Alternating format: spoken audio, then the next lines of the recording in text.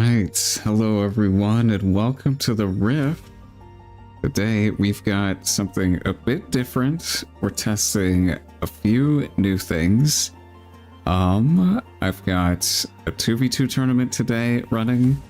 We're also trying streaming in 1080p this time. We'll see how well that goes. It should be fine, but you know how these things work. There may be issues, I don't know, tech issues. So hopefully this works and we can stream in 1080p from now on, but yeah, if it's a little bit laggy, then I may change some settings. We'll see how it goes.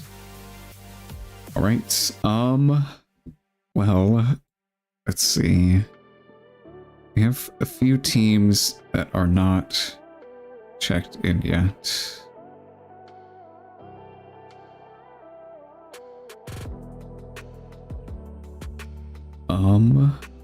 Okay, we have a last minute sign up. I see.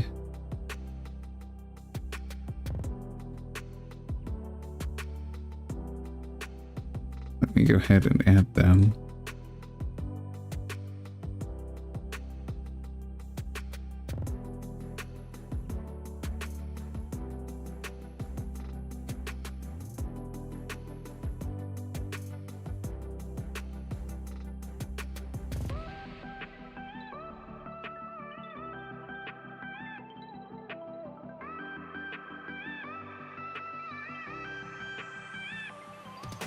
Yeah. All right. Okay. I think that is enough waiting for people to get in. We've got like 2 minutes left of check-in, but people should be here now.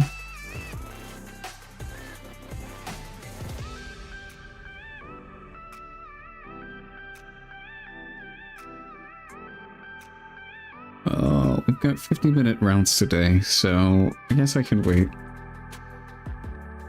the extra 3 minutes. I'm just gonna go ahead and go over our rules for today because 2v2 does have some different stuff to know. So in 2v2, we're gonna be playing 50-minute best of one matches. We still might go to time, who knows, because these games can take a while. No siding in best of one. At least for now, and then people are going to be having random battlefields each game. You don't get to pick. Again, another best of one rule, at least for now. No duplicate legends, so you can't play like 2 Master Yis and just get +4. No duplicate battlefields, so you have to play a total of 6 unique ones. You need 11 points as a team instead of 8 as an individual player. We're going to be using the new time rules, so 6 total extra turns after time is called. And when you register as a team, one of you is going to be player A, the other is going to be player B. When you win the die roll, the winning team gets to pick which of their player A is going to go first. So you have your player A go first, and then the opponent's player A goes second. Then your player B goes third, and then your opponent's player B goes last. So, and because it's 4 players, the person who is going first does not draw, so your player A. And only the person who's going last, so the opponent's player B, will be channeling an extra rune. You can play spells without action or reaction on your opponent or on your teammate's turn, and also activate abilities. You can't have your units on the same battlefield as your teammates ever. That just doesn't work. Your teammates are always relevant in showdowns. They can always help you play spells and stuff, even when they're not a part of combats and stuff. Yeah, and basically some niche stuff like anything that says friendly unit can also affect your teammates' units. You can look at your teammate's hand and you can talk to them and stuff, strategize. and this one may come up, it may not, but like at the start of your turn, if you've got like 9 points and your teammate is holding one battlefield, you only need to capture the other 2 and then go up to 11 so you can win the game. Yeah, I think that is all the rules. I'm gonna go ahead and post the check-in and post our bracket.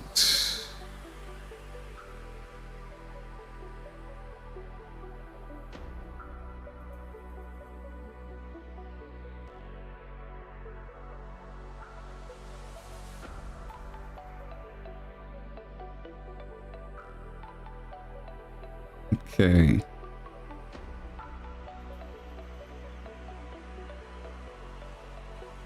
Go ahead and post this.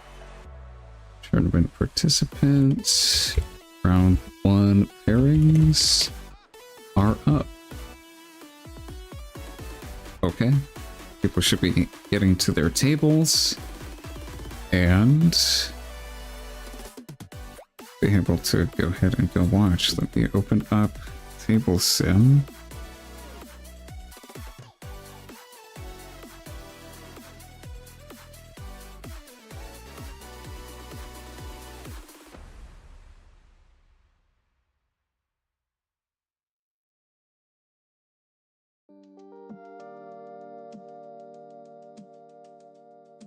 And we will see. Right, looks like we have a table with 4 people. I'll go ahead and join up and get into our feature. Hello? Hello. Hi, how's it going? Going good. Did we join the... I hear a lot of stuff. Alright. Wait, are we on the wrong table? Ah no, you're spectating. Hey, let's go! We're on stream! Hey everyone, how's it going? So this is table Banff versus how many characters? Is this it, right? Yeah, indeed. Yeah, that's us, the 2. Oh, that's not. That's not us. They changed the table. Oh, you around. changed. We gotta go back over the table. That's not us then. Team PP's gotta leave. Your Team PP, okay. Oh, GG's guys, it was good. GG. GG. Okay. I just created the lobby. Nice. I'll join. There should be Riftbound table 3 with Riftbound as password in small letters. What's the password again? I also sent you an invite, or you can just use Riftbound in small letters as password. Riftbound, small letters. What's the table name? Riftbound table 3. Alright, thank you.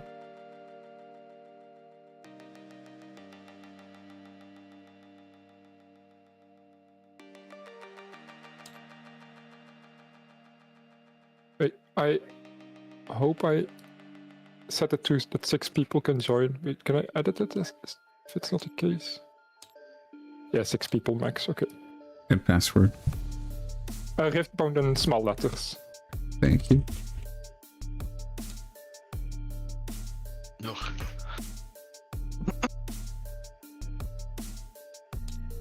I'll make I guess we can be the diamond team. What do you prefer? I'll promote, yes, yes.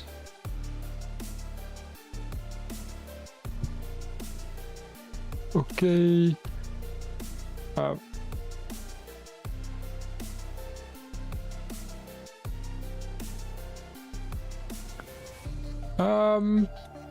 Should I give you like the game master role? No, it's fine. Spectate's good. Okay, perfect. Alright, I am all set. You guys can start whenever you like. I think. Yes. Okay. Let me go ahead and look up the team names real quick. Table 3. It's Vamp versus how... Oh god, the long name. Team, how many characters can you fill in this team name input? It doesn't seem like there's a limit, so let's just go with this as the team name. Thank you. Great team name.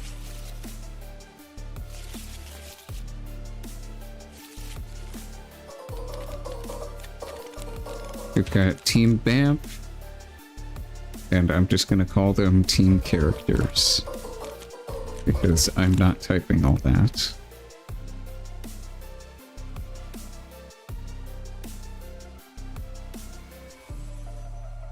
What happens when an enemy uses Charm to force your allies unit to one of battlefields? It just doesn't do anything. Charm will resolve and just not do anything.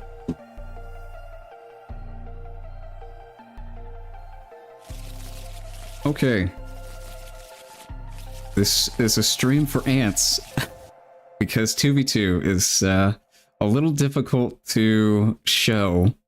But I'm gonna do my best to try and point to cards and stuff so that you can actually see what's happening along with my commentary.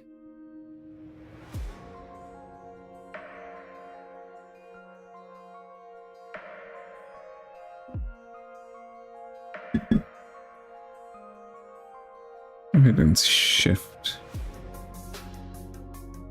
over slightly, a little bit of a better view. That should be good. Yeah, that's works.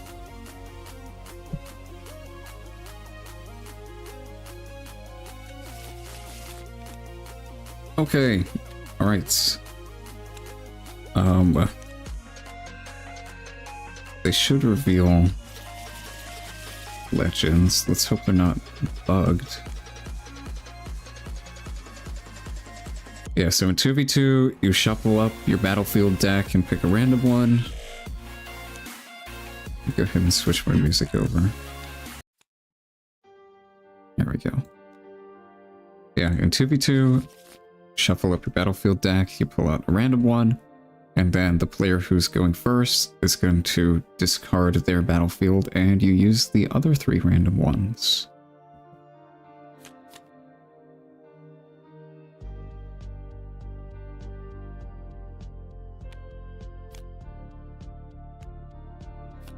Okay, these should be flipped over. I'm not sure why they're not. Oh, now they're flipping them. Okay.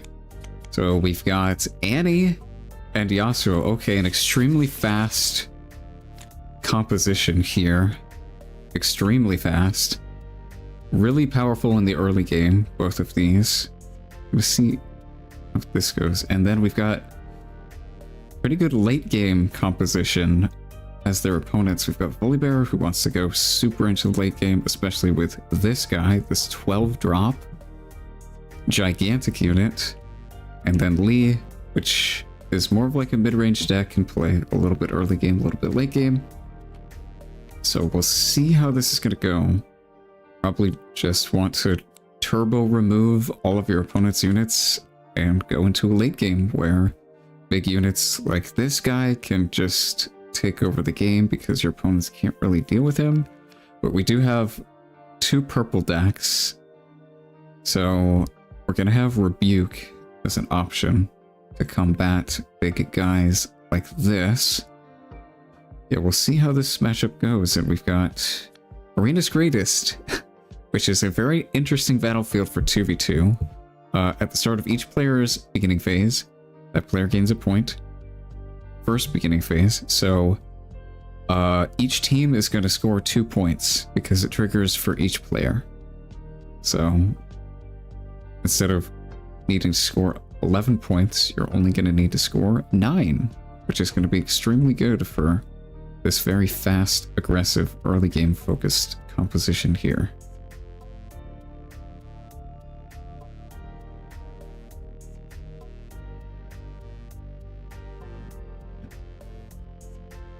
Also got Monastery of Hirana. When you conquer, spend a buff to draw one. That's really only relevant for Lee Sin.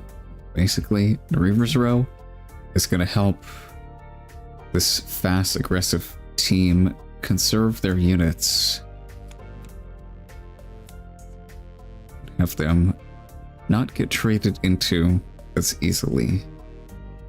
It's pretty good for this fast team. So yeah, the battlefields are pretty heavily in favor of this early game composition team here, so we'll see how this goes. Volibear and Lee Sin are just going to try and stabilize the board state by killing the opponent's units until eventually the opponent's composition runs out of gas and just can't really score anymore. And by that point, Volibear and Lee Sin will just try and play big units and take over the game. We'll see who's going to win this. Alright, looks like Volibear went first and passed. Interesting. Interesting that they're having Voli go first in their composition instead of giving him potentially the ramp. We've got Annie just playing down a Poro and passing their turn.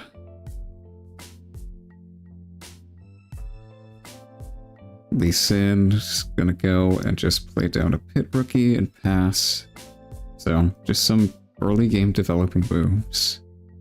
Not really much to say about those, just basically how you want to play Riftbound. Go and play a 2-drop in the early game and pass. Yasuo is going to get to go last, so they're going to channel an additional rune here for a total of 3. And let's see what they do. Probably just play a unit and pass, I would imagine.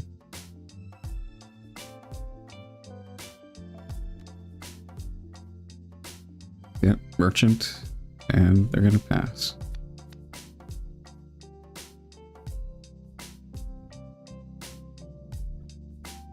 Alright, yeah, not much interesting going on yet.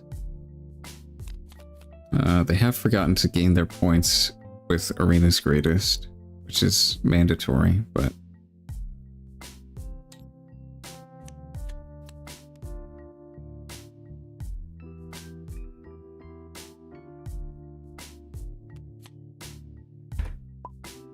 let me just see. Yeah, there we go. Okay.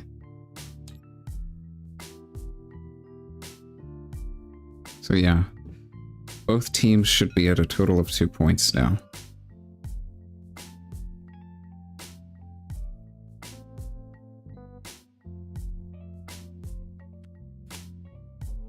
Alright, Volibear is going to play down a Wildclaw Shaman on his second turn. This unit is okay. You really want to pair it with a Cythria turn 1 for it to actually do anything.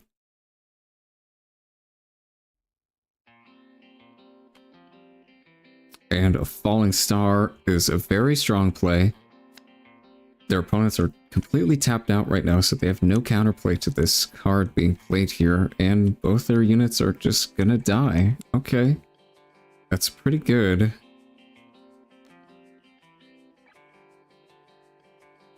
Go ahead and put this Poro onto something here. Go ahead and take a point.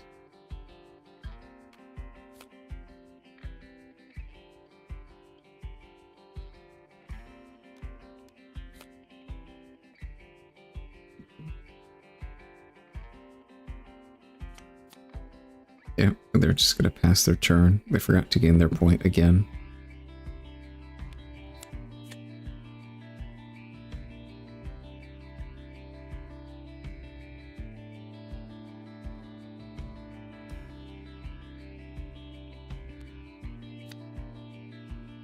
Yeah, just going to go ahead and pass it over to Lee Sin. Yep, there we go, up to 3 points. And we'll see what they can do.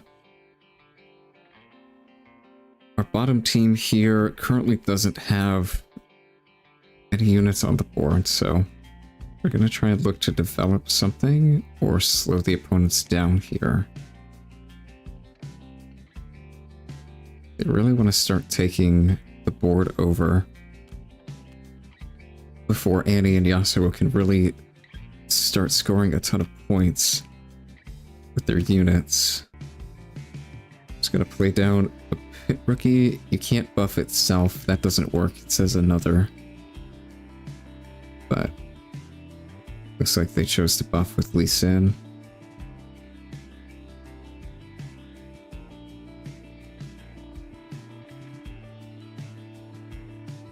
Yeah, this team's gonna go ahead and go up to 4 points this turn, which is quite a bit, pretty quickly.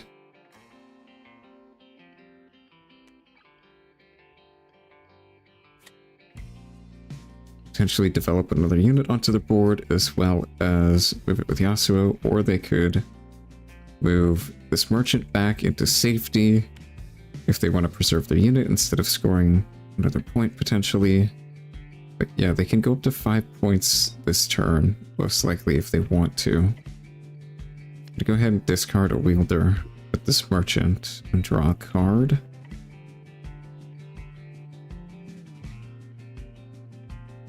Maybe they have a second in their hand. They could have played this down onto the board and moved it with Yasuo.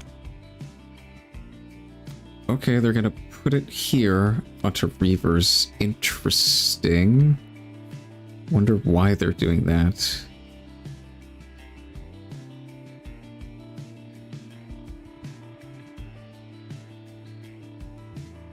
They could move Merchant back to base and be safe there, while having Wielder be defending this Reavers, but it looks like they're not doing that. Looks like they're just gonna pass. Interesting that they didn't play Wielder into base is Yasuo to score another point. While their opponents don't really have that much in terms of units on the board to contest that play. Gonna play Wildclaw, tapped. It's not gonna do anything this turn. Pretty slow play.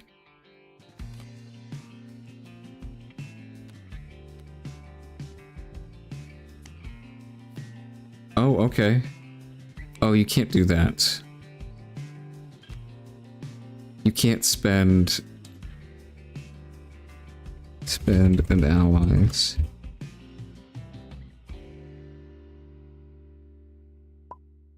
Yeah, you can't spend an ally's buff. When you play me, you may spend a buff to buff me and ready me.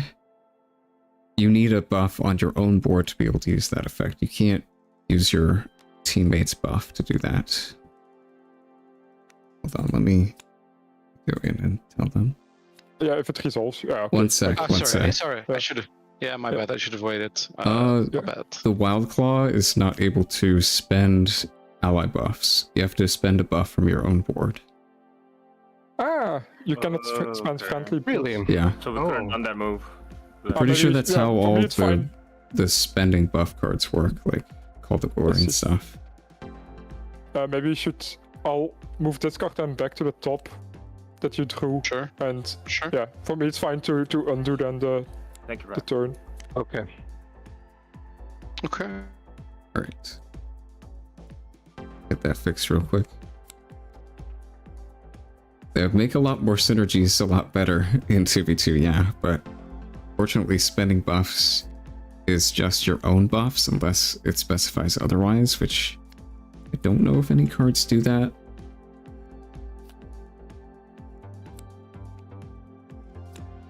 Looks like they're just going to play a Chemtech. Okay. Building a bit more board presence this turn, and we're just going to pass the turn over.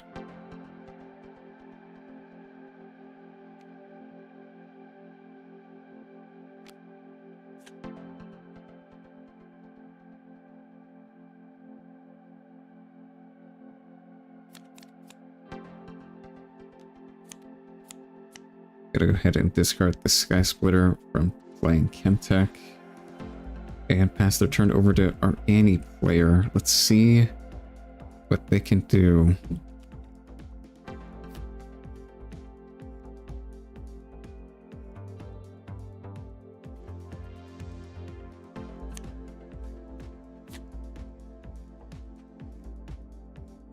Kaisa being played down here.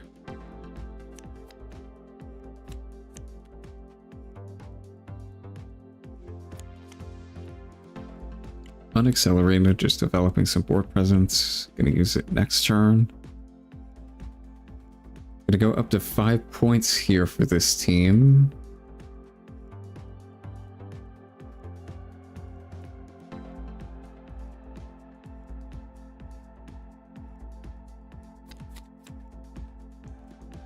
And it's gonna be Lee's turn.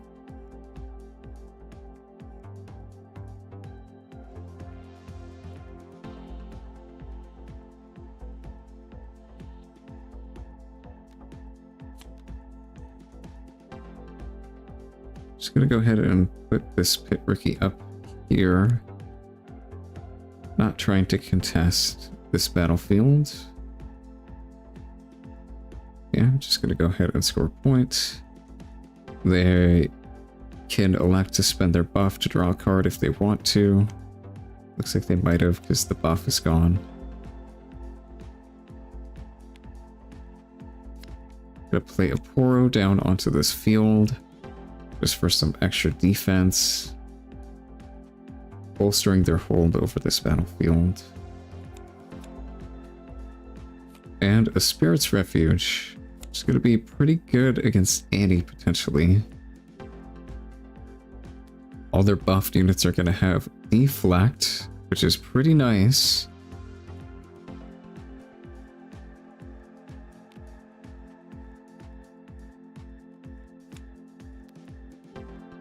All friendly buffed units, so both theirs and their teammates. We can also go ahead and buff their teammates' units. Looks like they're just going to buff their own. And be holding with a total of 7 might defensively on this board, which is not bad.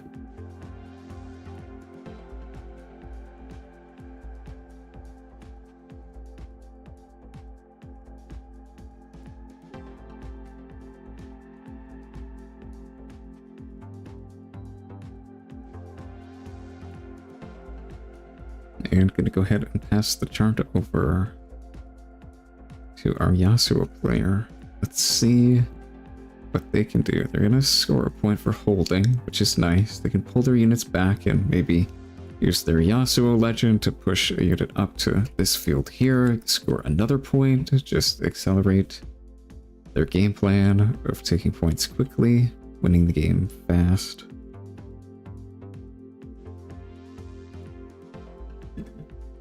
See what they choose to do here.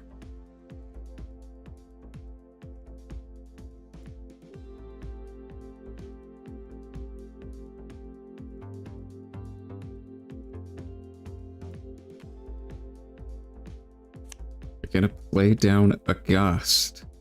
Okay, onto one of these units, probably Oro, I would imagine. And pay the deflect cost on it by recycling a rune. What are the communication rules? Can you talk privately? You can DM each other.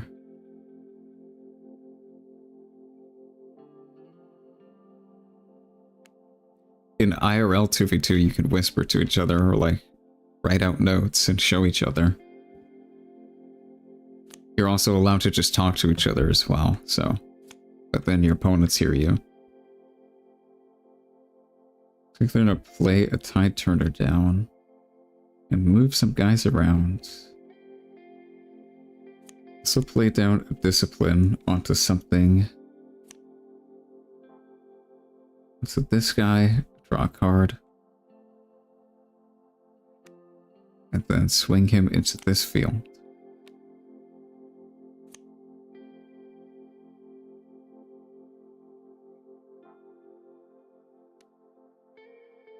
That's pretty good. They're going to go to 7 here.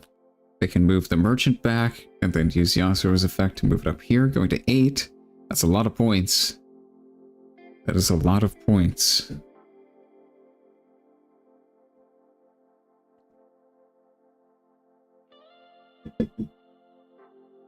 Or just pass. Okay.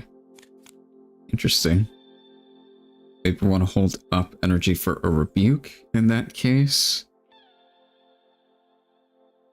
Maybe a last breath as well, but that wouldn't really do anything.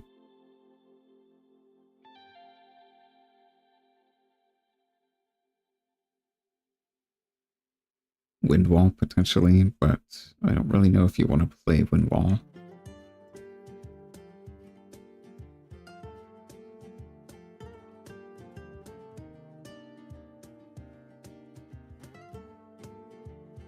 Okay, they've got some options for this Fully Bear's turn.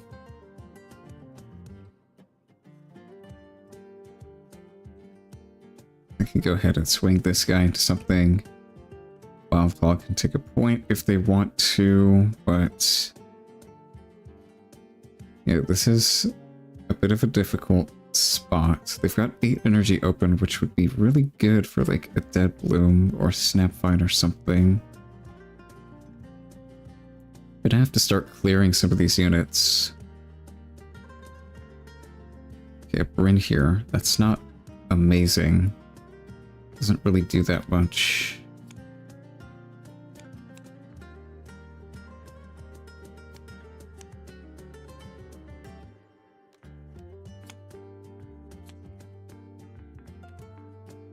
The opponents aren't going to be able to play any more cards during this current turn, but not really sure how relevant that is.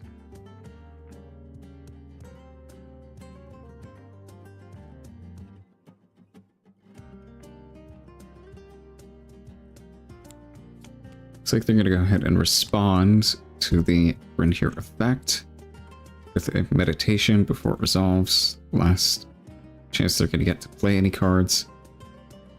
They go ahead and tap their merchant to draw 2 cards.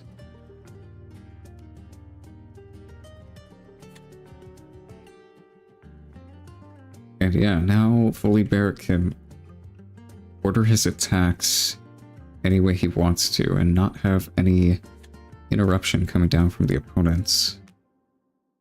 Gonna go ahead and ship everything into this field here. Okay. They're probably going to save one of these units, I'd imagine. A merchant. Unless they don't really want to discard stuff in their hand.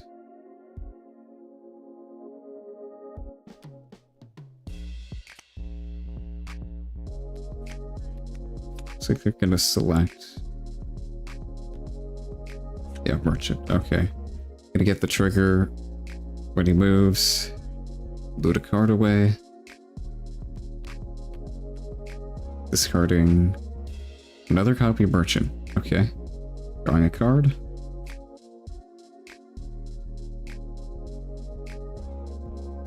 And this Tide Turner is just gonna die.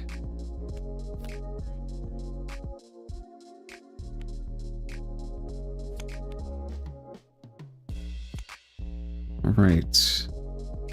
Just cleaning up a unit on the board. Scoring a point. Their points aren't really going to be that relevant this game, though. It's more just about clearing up the board and preventing the more aggressive decks here from closing out the game too fast. So simplifying the board by killing something decent, but there's still a lot of stuff here that is going to get to do some attacking. I'm going to go ahead and put the Kaisa here. Potentially go up to 8 points. As well as draw a card from her effect. Alright, 4 points needed to win from these players here. Let's see if they can do that.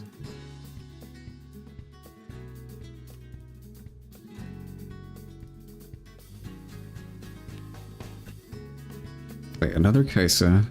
They probably want to accelerate that or not, because they can't really attack over anything. They could play Annie and get Gust here and Gust this wielder to move their Poro in and score another point, but it looks like they're not going to do that. Oh no, that's their own wielder. Okay, yeah, Definitely don't do that. They could do it on the Chemtech though, if they want. That would be pretty good. Do it on Wildclaw. Yes.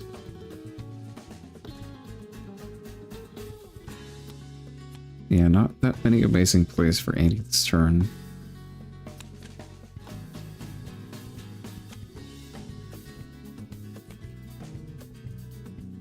Now they're going to be facing down an Udyr with a buff.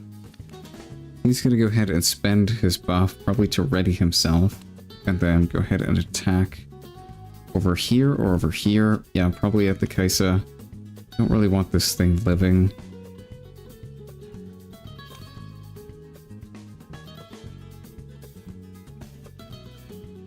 Okay. Let's see what Annie chooses to do. They have 2 energy open. I'm gonna push him back. Okay. Back to base.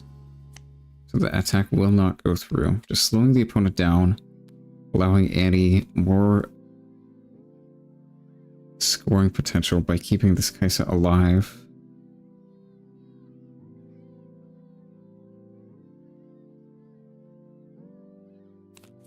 Okay, gonna go to Yasuo's turn now.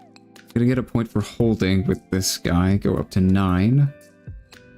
And can potentially go to 10 this turn if they take this field over, which shouldn't be too difficult to do. You've got Yasuo plus your Legend Yasuo's effect to just lay him down, move him, take over this field. Also do stuff with this guy.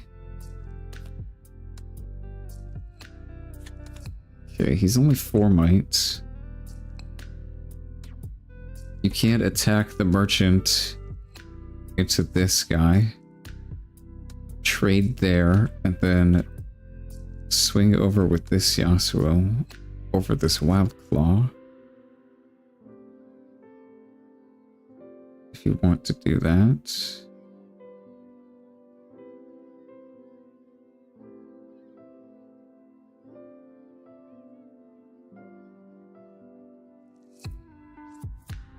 They have 4 energy open, so could have some things they could do here.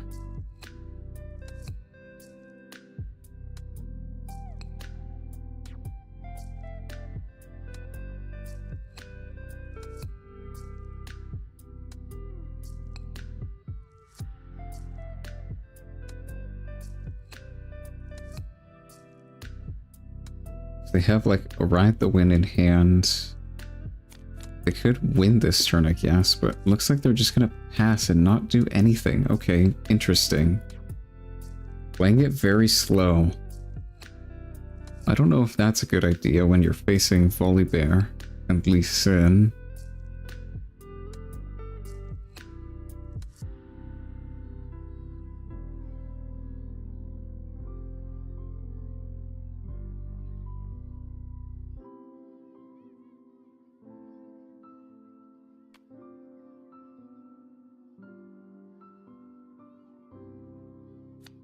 Okay, gotta play down a Snapvine and kill something. Probably this Kaisa.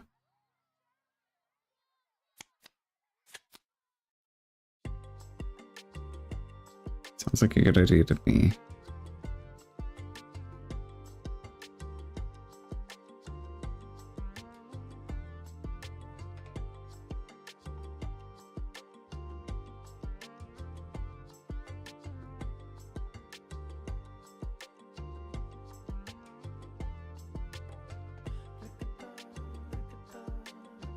Looks like they're thinking about what to target.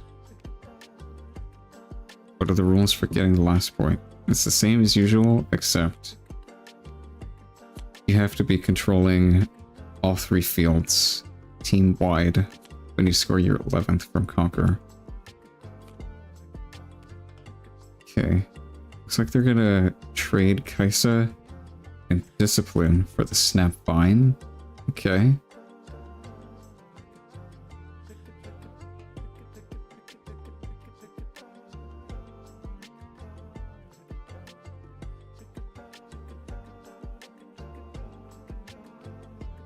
Probably gonna put this Bryn here, yeah, over here to attack over this guy. Let's see if they've got a response here. This guy's currently at 4. So if they have another pump spell, he could go to 6 and win this combat. Looks like they're gonna ride the wind and just move him. Probably over to this field here to score a point. That would be pretty good. You go to 10.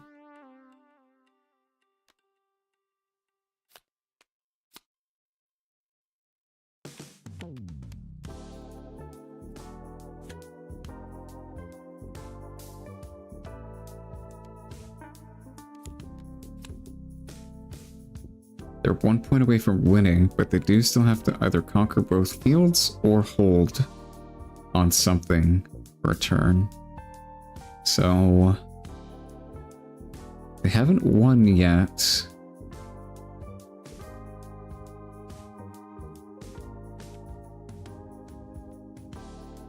They're gonna pull a unit back. Interesting. That just makes it easier for Annie to win next turn. I don't know about that play.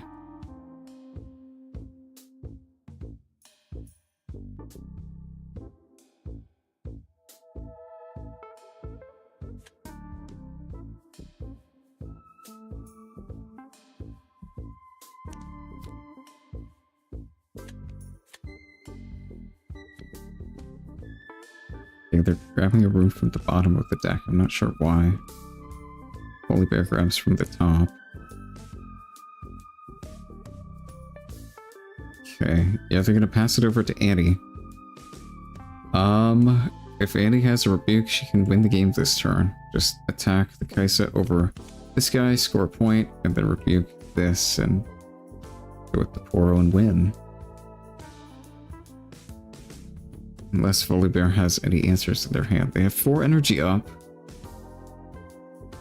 They do have 4 energy up. That's quite a bit. They could have a challenge for something.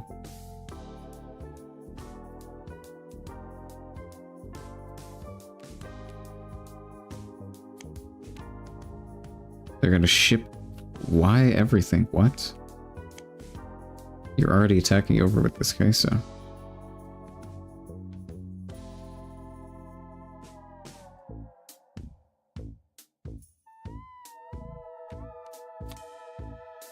I don't know why they're shipping both these here. You're already winning this combat with Kaisa alone, so... Unless they just have a ride the wind or something. I'm gonna pull their shaman back to save it. The Reaver's effect. I'm gonna conquer here and draw a card with Kaisa, as well as draw a card from technically scoring, but not scoring because they can't score. They're gonna draw 2 here. Let's see what they draw into to actually try and close out the game.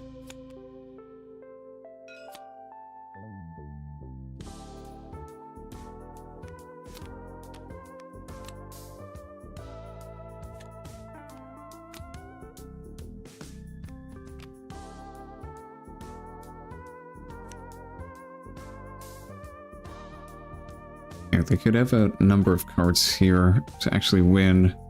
Rebuke this, ride the wind something.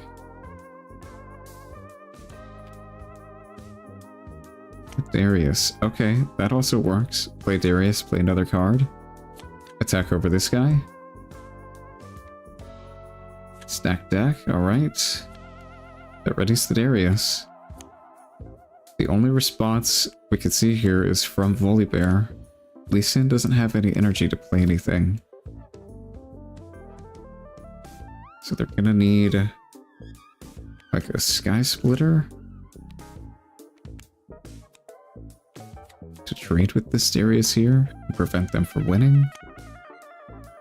This is 7 attacking over 5, so unless they have something here, they do just lose.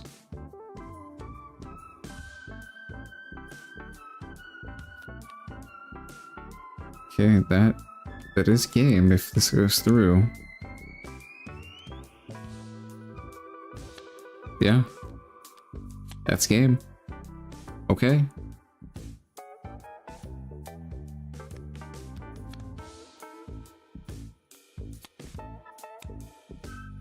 Yeah, just not enough unit clearing from Volibear and Lee Sin. Not enough removal. They let the opponent's board get too threatening too fast. They scored too many points, had too many units to deal with. Yeah.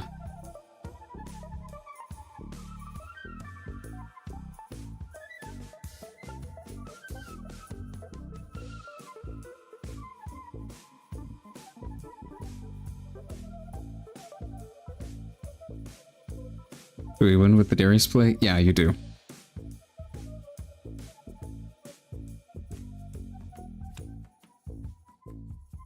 Yeah, you're holding... This holding counts towards the victory condition of scoring. So, you took all 3 fields this turn between you and your teammates.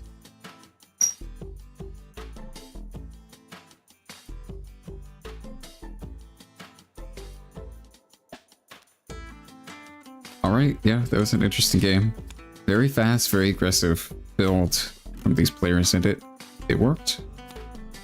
Just too fast in terms of scoring and building board for the opponent to deal with.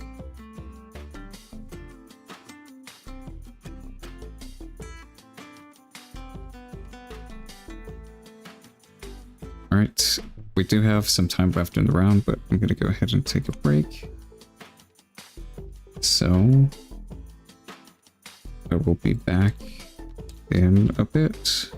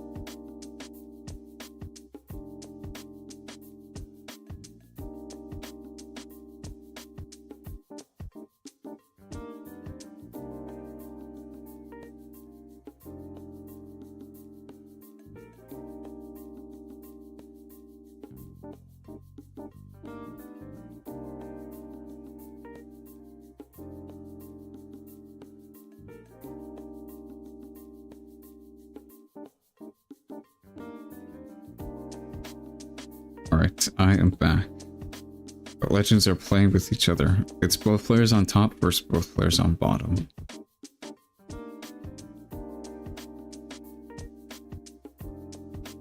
Go ahead and look at the bracket. Alright, everyone else is still finishing. I see. Yeah, 2v2 does take a while, doesn't it?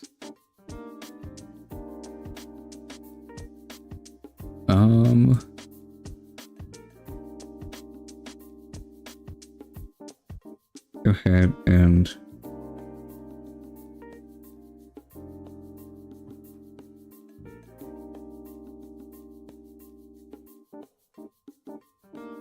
you have this today. The other issue is this... he also had Yi, like Yi champion still is in the champion zone, so we could always. Ultra Game is doing a 1v1 tournament today. There's a keyword on Vi that I always forget, 720. and it is literally why she is so yeah. good. And we're seeing it right now. 9 cards gonna get flopped here from trash to deck. This is a mucky board state? And Vi Destructive. What the heck is happening? At 12 might. Bunch of cards just everywhere. Yeah, okay. I'm glad that I missed it because this is like a eye-opening moment. It's still 16 from my calculations, though. And he has. Oh God. Okay. Jesus. Double discipline doesn't even draw. How did so many units get on this board? What happened? God, yeah. White Flame Protector. Okay. Yeah.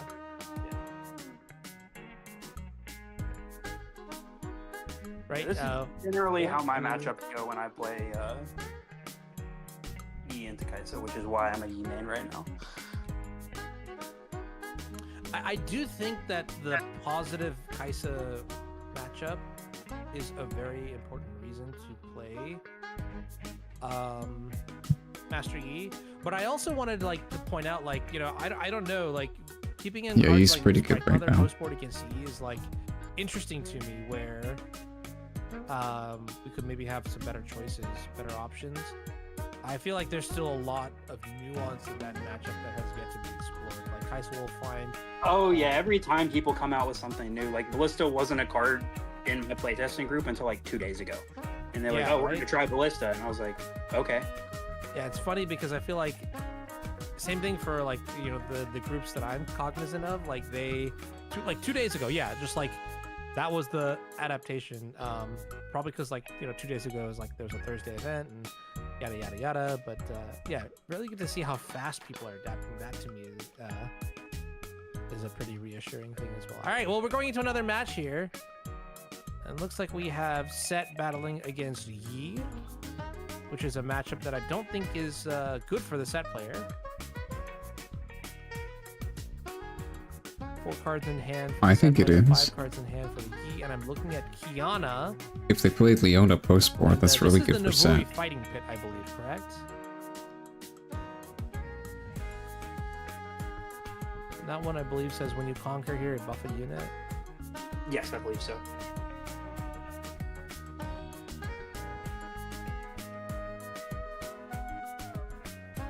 We're not going to talk about those runes. I'm just getting severely tilted looking at the orientation of those runes. I'm sorry. Oh God. Something professionalism. Nope. We draw the line here. Tilted like the runes is crazy. It's a nice charm.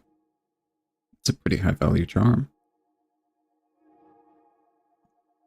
Okay, so this is interesting. So Charm on Set Brawler gonna come fight against the Kiana, who goes from 7 to 9 might thanks to the Yi. There is no. Go ahead and yeah, I guess we chose not to use Set's passive to protect the. Put this over brawler. here, so I can keep track of when the round is done. Why are your runes tapped like that? What's going on here? I gotta double check. A psychopath behavior. I should know this, but Set the boss. There was no buff on the brawler, but can you not consume another buff?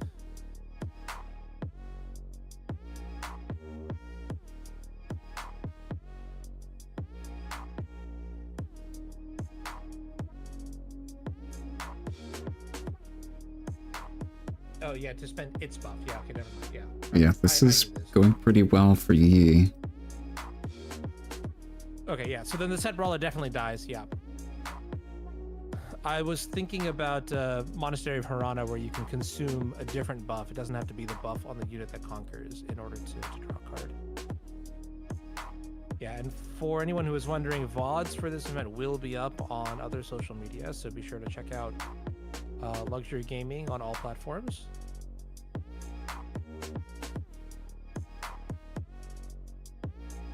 Five points to 3 in Yi's favor. There's some But unit the set development. player This is now too has access slow, to probably. Grove of the God Willows.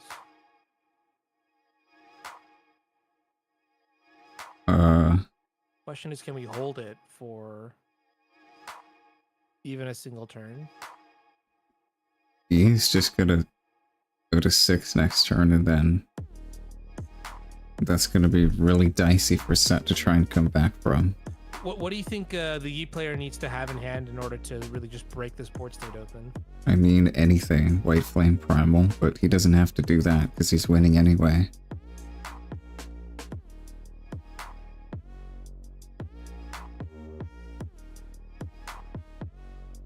So this Like, is you very just interesting. go to 6, and then, He has a massive point. You lead. He chill. can afford to take some time off. yeah, If, he wants to just chill out for a little while. you just and develop just in build base up a if you board want state to. himself. Like, he could just slam Yi and not swing it this turn if he wants to, but he might just take it. I mean, sure, just He's beat going over to. this for free. Why not? We're gonna have to How do you spend a feel about Call to this? Glory if they want to save this, and then I mean, he goes to 7 You have points. 8 It's energy pretty up, freaking so- good.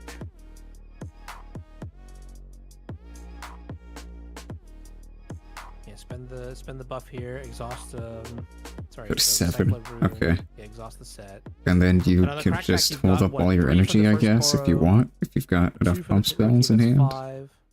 4 from the second Poro, that's 9. Kiana makes it 13. We have a total of 15 coming in that we can split. Put up another into Kiana ways. down. Okay. Why is that at 11? Oh, we're actually also putting a Kiana into play here on the Grove. Okay.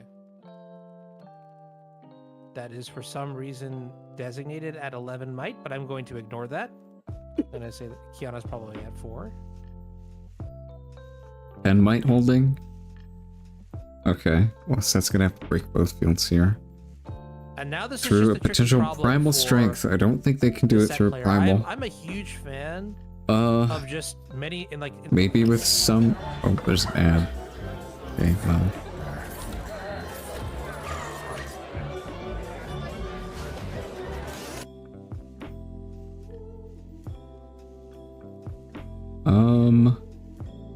We still have someone finishing up. Let me just go ahead and check that they're actually still playing. Table 2, yeah, they are. Okay, we got 1 minute until time. It's called to the round.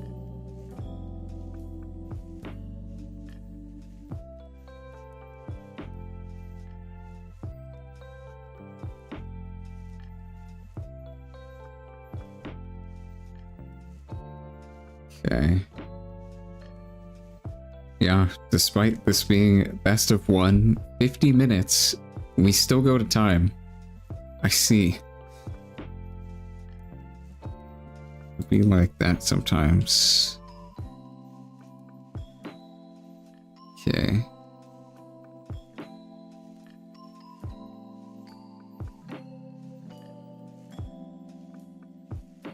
Alright, that is round time. Let me go ahead and announce it.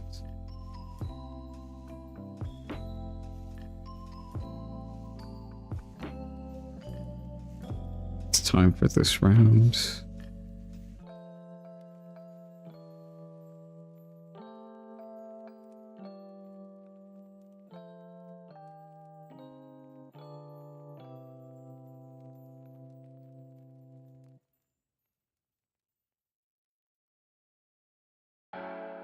Okay. So the way time works now with new tournament policy is you finish your current turn when the round timer is called, and then you get 5 additional whole turns to play, so we may be here a while.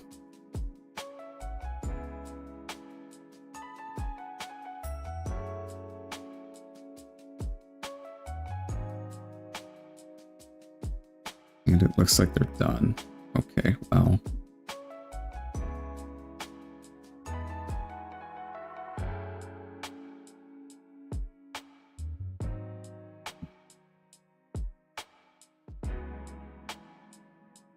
Go ahead and fix up my overlay for next round.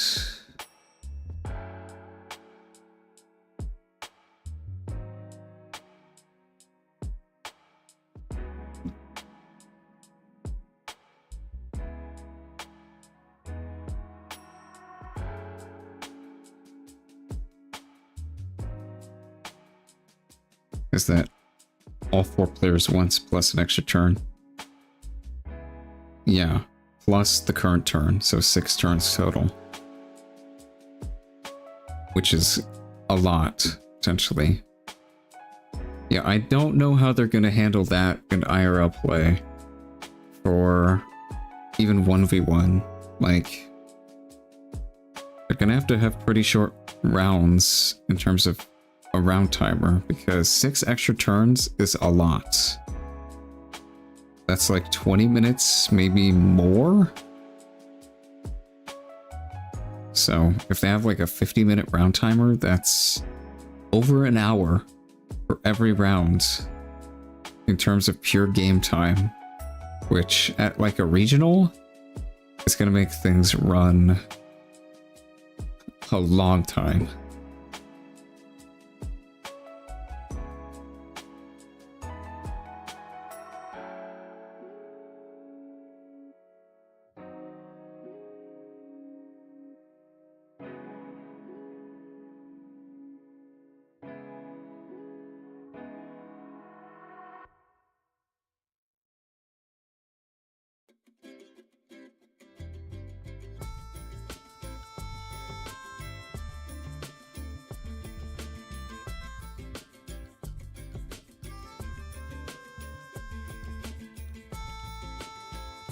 Yeah, especially in 2v2, yeah. Yeah, 2v2 could take a long time. Even though it's best of 1.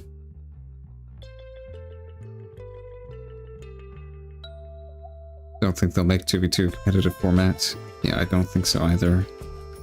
It's just going to be side events. Maybe they'll have some main events for 2v2. Like they do sometimes in Yu-Gi-Oh! They have 3v3 YCSs occasionally. But that's just 3 1v1 games, so it's different.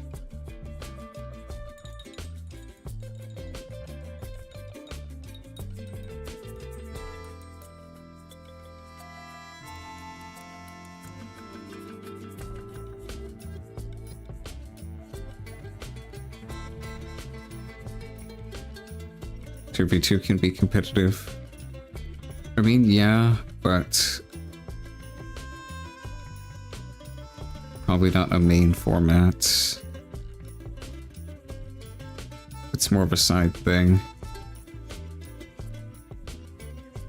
1v1 is always going to be the premier competitive format for TCGs unless, like, the game is made around it and made to not be 1v1, which this game isn't. 'em.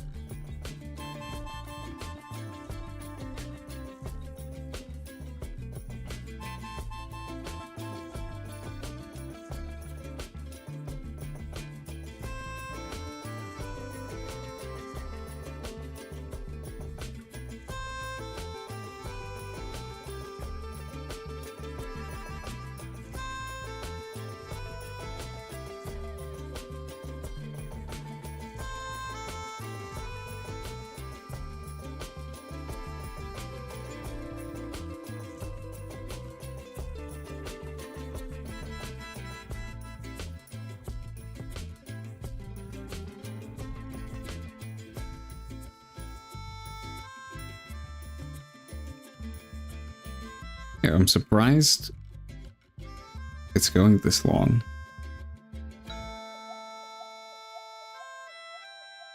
really didn't think Best of One would take this long. It's been, what, 55 minutes? That's a lot of time.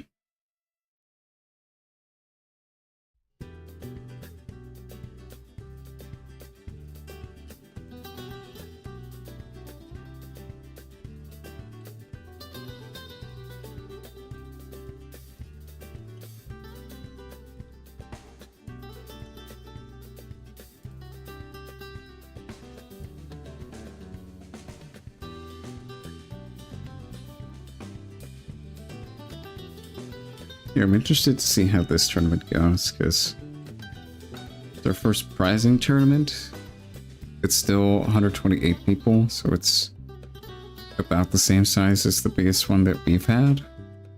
But prizing makes things different, I would assume. People are actually like trying to play as seriously as they can.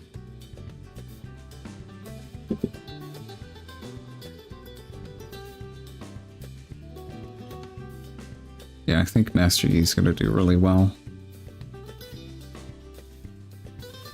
And Kaisa as well, I think. The new rulings from the FAQ for Kaisa are really good.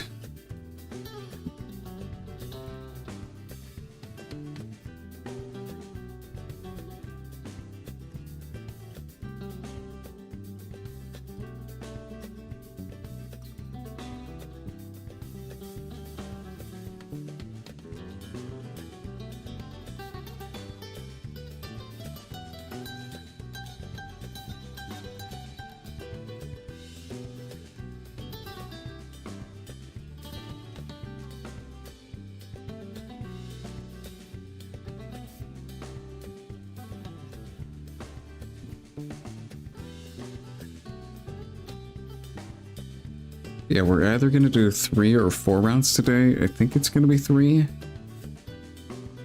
Maybe. I don't really know how it works with...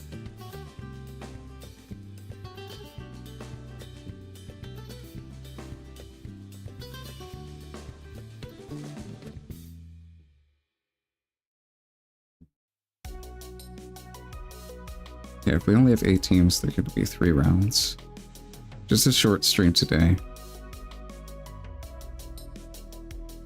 Mainly just to test if like 2v2 is actually viewable from a viewer perspective, because it's a bit, the field's a bit small and hard to see.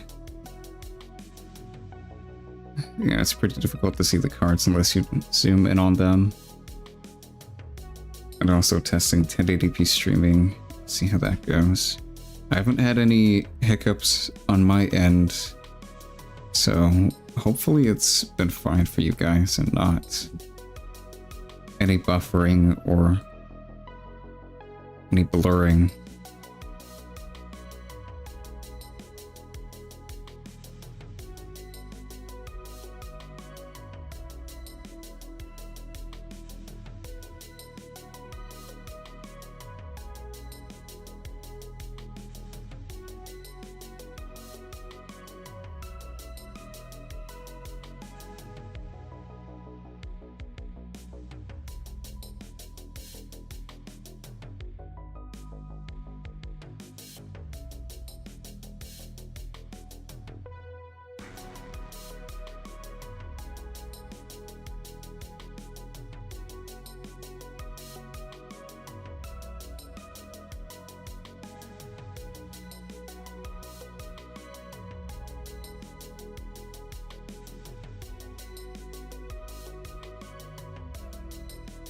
They're still going. They're still going.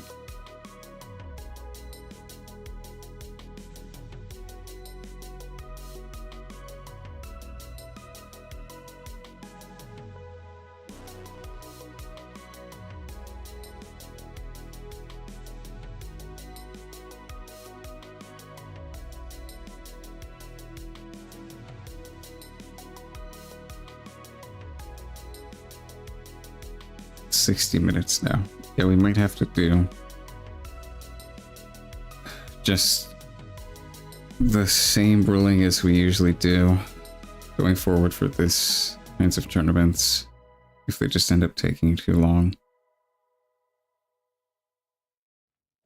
Usually for 1v1, we just do when time is called, whoever has the most points wins the current game. Because that just puts a hard cap on time limits for rounds, but yeah, the rules as they're written in the official tournament policy don't put a hard time limit on rounds. So they could just keep going.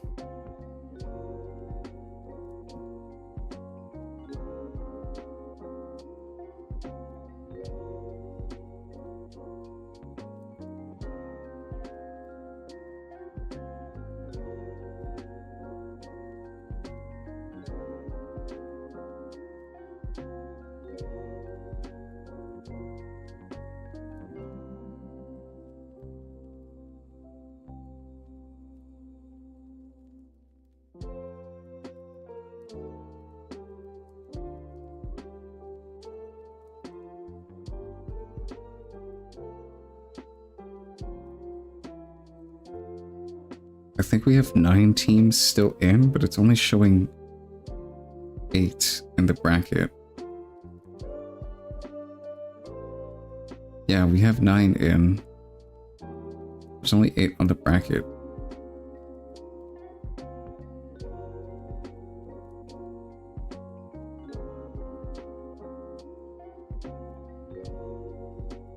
I'm hoping it didn't just... Oh, okay, we have 9. I thought it said 8. First time I looked. Okay. Alright, yeah.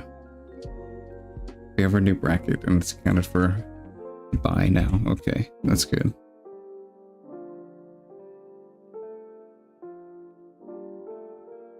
Alright, let me go ahead and post the round 2 bracket.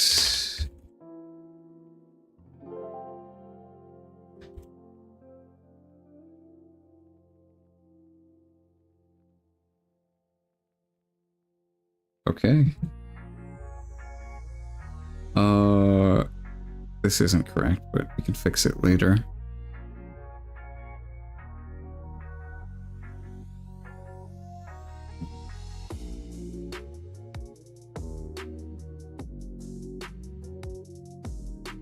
Okay, let's go ahead and spectate table 2, because it's 2 teams we haven't watched yet.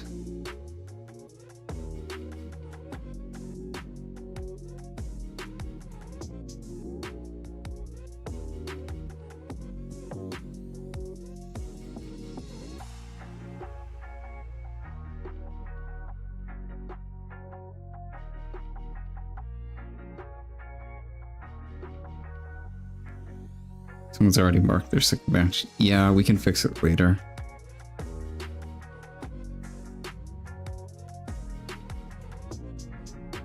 I guess just... do I, like, reset it? That? Yeah, okay. There we go. That should be fixed.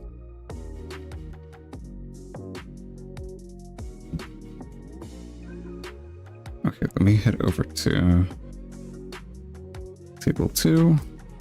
Once we have all 4 people in. There we go. Hello? Yo. Hello. Hi, how's it going? Good, how you doing? I'm alright. Feature going. match? Nice. You guys want to get the lobby up? Or do you want us to? Yeah, we do have one. He's already got it. Yeah, we have a lobby.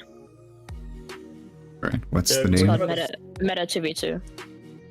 Yeah, what about the seating though? Do you sit next to? Because the turn order is like it's supposed to be crisscross. The turn order goes around in a circle. You sit side by side your teammate.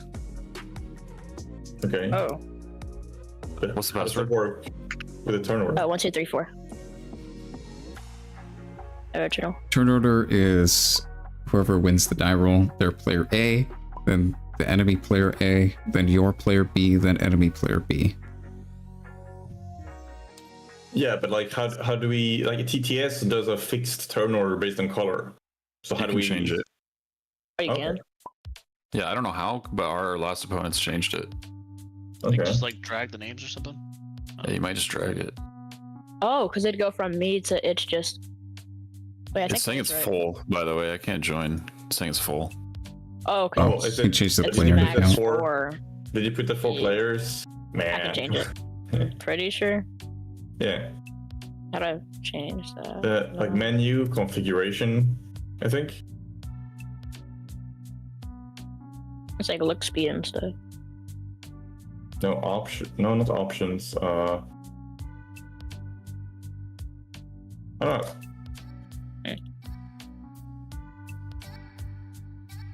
We can make a new one. Yeah. Color we'll give just that. make a new one, I guess, and make sure it's Max 5 5 players.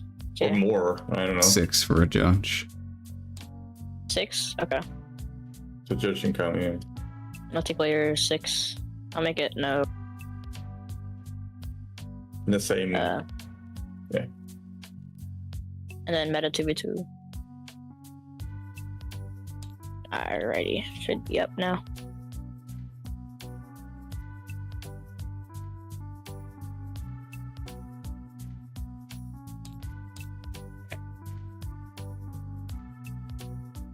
Can you refresh it?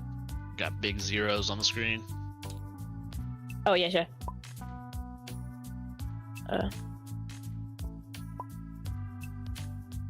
Yep. Nice.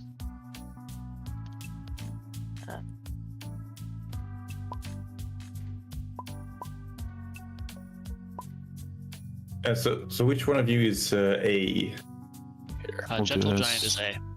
I'm Okay. a. Kid is A. So if you can drag me above just Jared, then we have the correct order. Because it's AABB. You want me to do that? Yeah. Yeah. Drag me above Pink. Hold up. Sorry. But we have to see who's going first as well.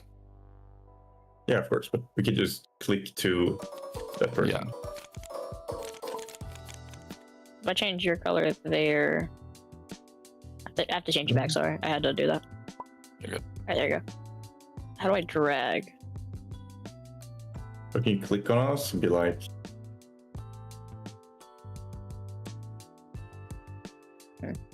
Are y'all good with crisscross, maybe? how? Do you know how the last table did it?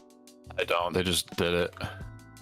Okay, interesting. Give me promote me. Okay, give me the powers so I can click around. There you go. See if I can do something.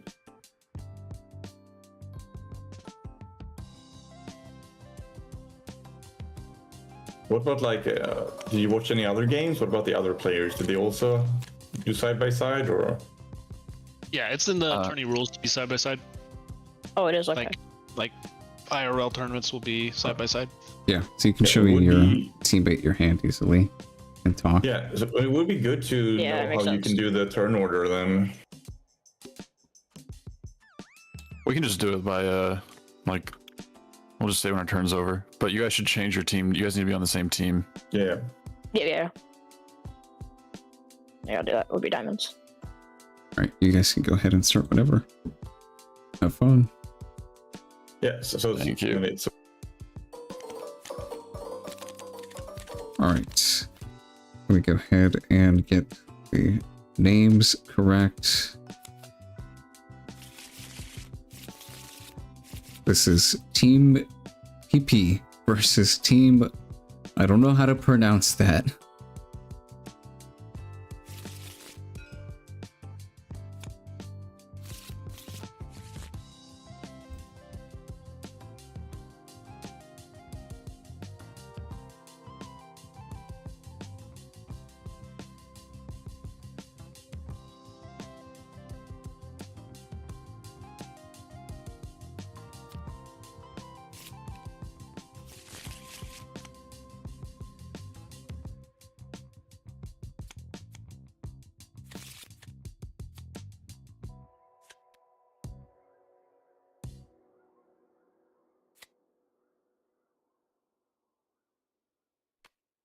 Lord joined? I have no idea. Okay. We've got Yasuo and Misfortune. Yet another extremely fast, aggressive composition. Facing off against Misfortune and someone.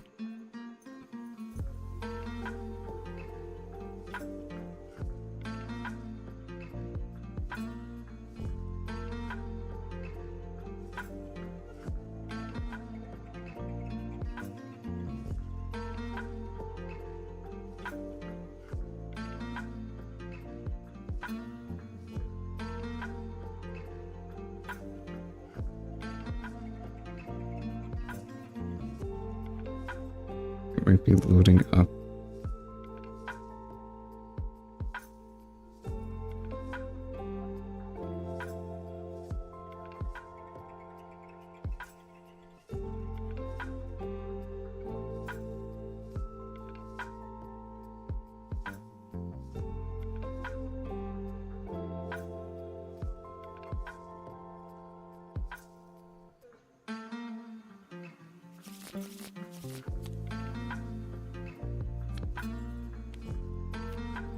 Looks like 3 people are ready.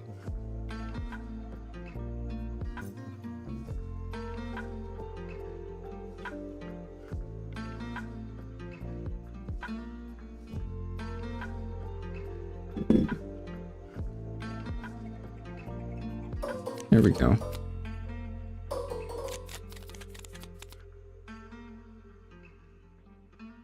Okay, let's see what they go with. Let's see who they're playing. Teemo. Okay, interesting.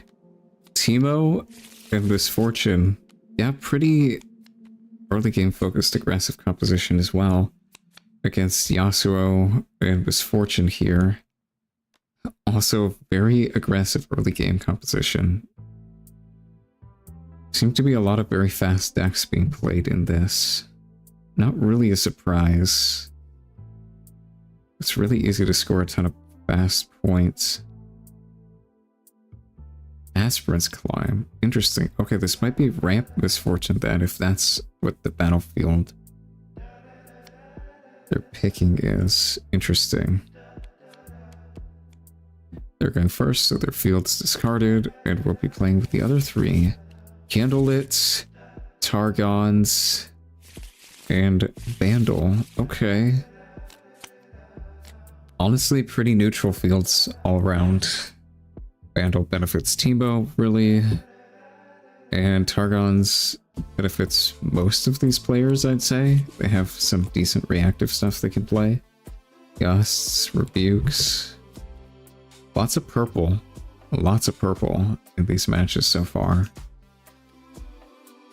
Potentially a good color in 2v2. It's not a very good color in 1v1.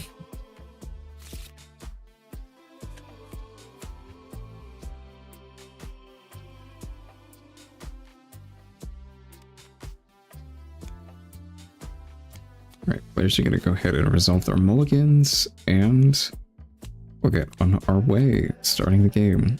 We got Misfortune going first. Just getting nothing onto the board. Yeah, it might be Ramp Misfortune if they're just passing. Yasuo is going to go ahead and develop a Tide Turner, just a unit, and pass. Alright, Teemo's up next. Just gonna play their Teemo and pass, okay. Just another unit and passing. Misfortune's gonna play a stacked deck. Look at some cards.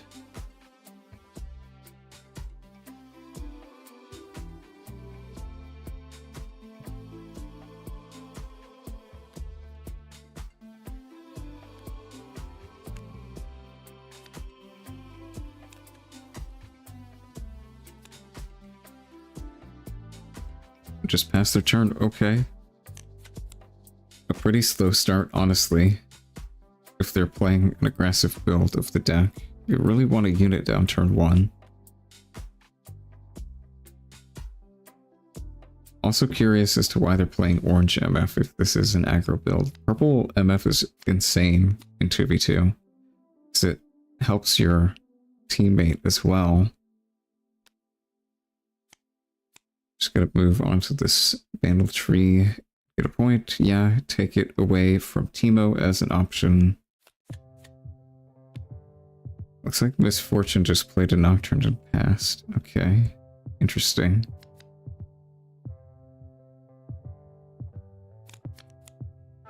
Might be an aggressive build of the deck then if they're playing Nocturne. This doesn't really work in the Dazzling Aurora build.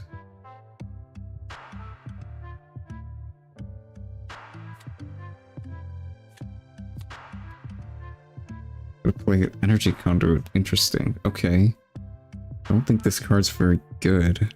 It's at least not good in 1v1. It might be better here? I'm not sure. And a seal. Okay. They might be going for a very late game build of this deck with Energy Conduits and seals. They're gonna ramp up into stuff.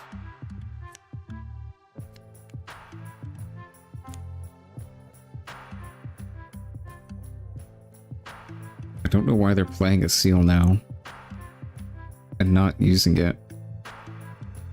Hopefully they use it and don't just pass, or else they're just wasting a rune for nothing. Okay, they found a Nocturne off Candlelit. That's pretty good. What? Use your seal. You can pay for Nocturne with seal. You don't have to use a purple. I don't know why they did that.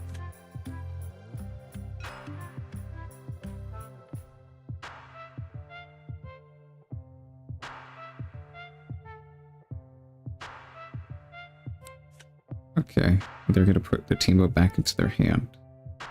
Right.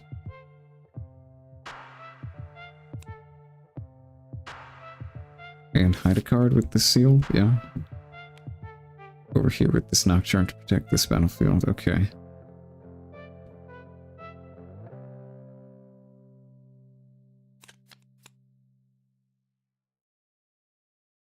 This might just be a super late game composition here, with maybe Dazzling Misfortune as a ramp deck and playing this as more of a ramp deck late game build as well.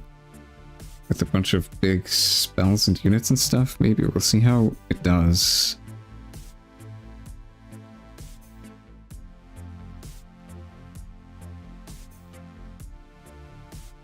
Wait, did MF just pass and not do anything? What? Okay. Very interesting.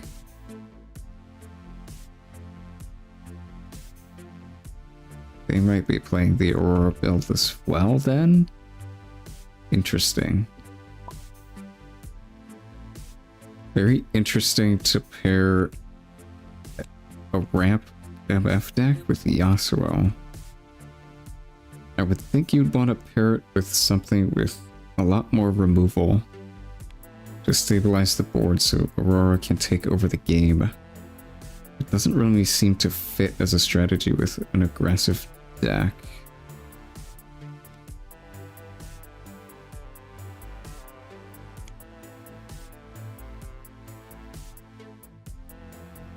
Use spells on your teammate's turn. I guess, yeah. If they've got, what, Catalyst in hand? They could be holding that up.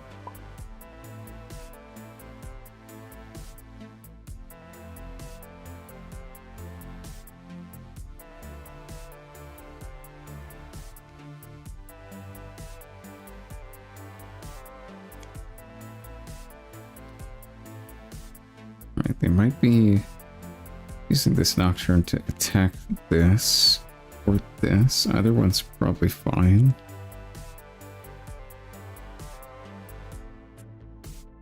They could swing over here to retake this Vandal if they want. They could swing into Targons to get extra energy.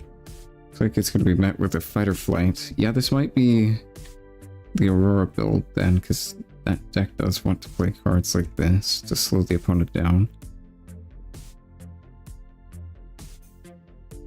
Buy time to establish your win condition.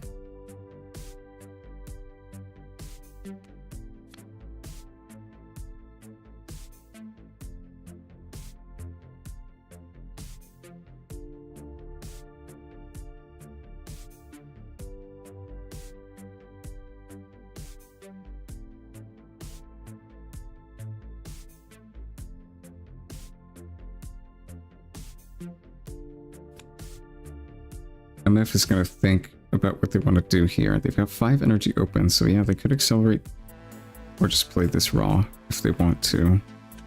I don't have to accelerate it.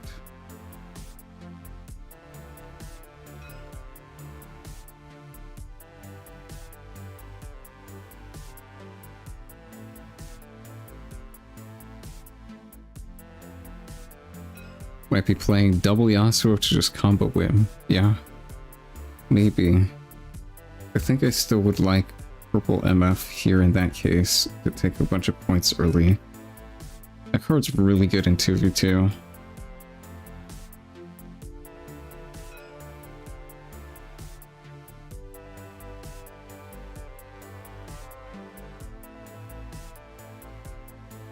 But yeah, double purple Yasuo combo is interesting.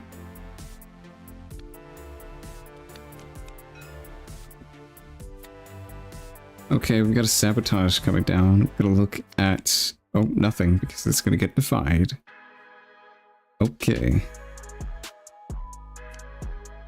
Really don't want them looking at their hand, I guess. Interesting.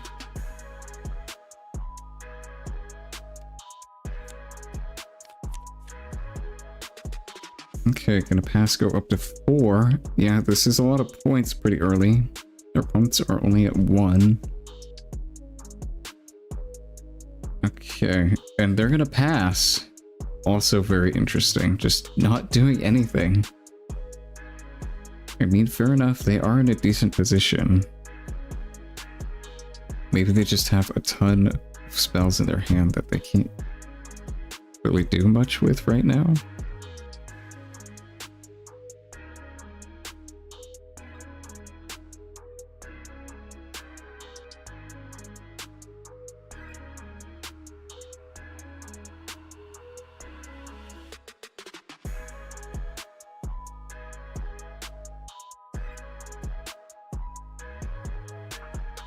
Yeah, just choosing to hold onto these battlefields instead of pulling back into base to keep them safe. Very interesting because, yeah, this Nocturne can gank over and just kill something for free, provided Yasuo doesn't have any protection. I'd imagine they have a bunch of protection, because otherwise why would you make this play if you can't save any of your units? Yep, they got a fight or flight. Alright. Just gonna push the Nocturne back out of combat.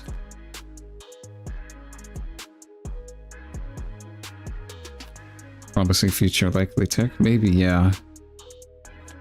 Double Nocturne, promising future. Tebow doesn't actually seem that bad.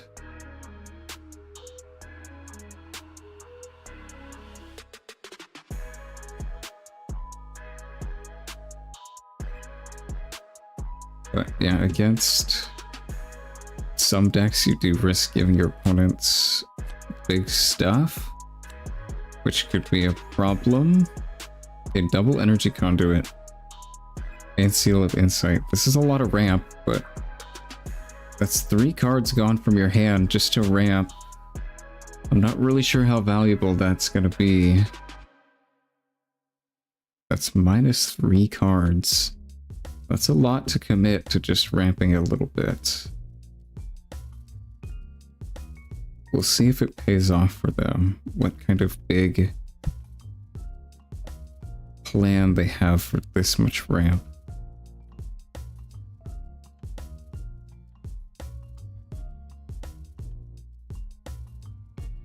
Okay, they're just gonna pass again. Yeah, I mean, I guess it might be a ramp deck if they're just not playing anything. Gonna want to get to 9 energy and then play an Aurora. Seems to be maybe what their game plan is gonna be here.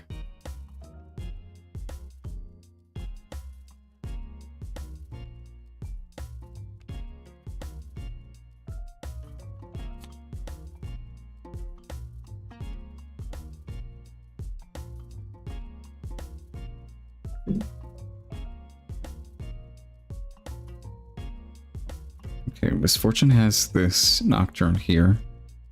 Try and swing into one of these fields, but there's a ton of energy open from the opponents, so That's gonna be a very dangerous play. This Nocturne probably won't get through anything, but might just want to try anyway. Kind of have to make something happen here. Don't really just want to sit and wait and let your opponents keep scoring for free. Like, you have to try and contest something.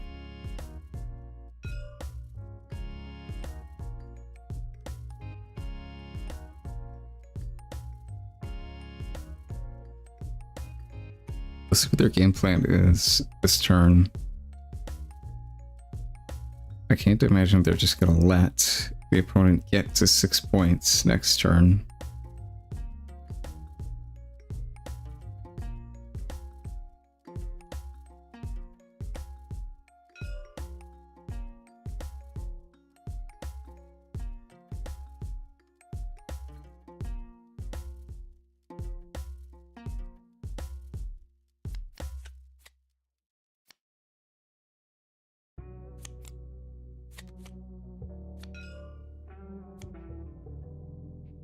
I think you have to play Aurora Nocturne as to make it worth. Not in 1v1, you don't normally do that, but maybe in 2v2, yeah. Going a more combo-y route with Promising Future.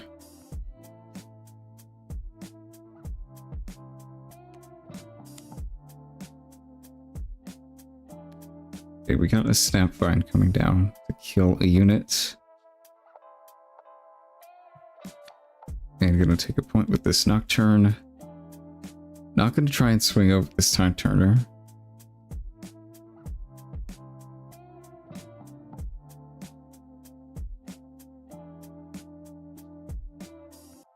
Just gonna let the opponent... Oh, okay. Gonna gust it back to hand. So they won't score next turn. Okay.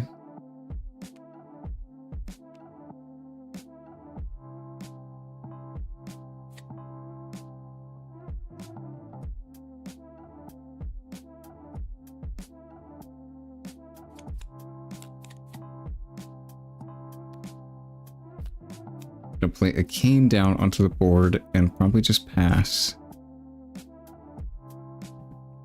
Interesting. Yeah, another card that's pretty good with combo-y stuff. Like Ride the Wind. Can easily clear all 3 battlefields, I guess. At least in this scenario.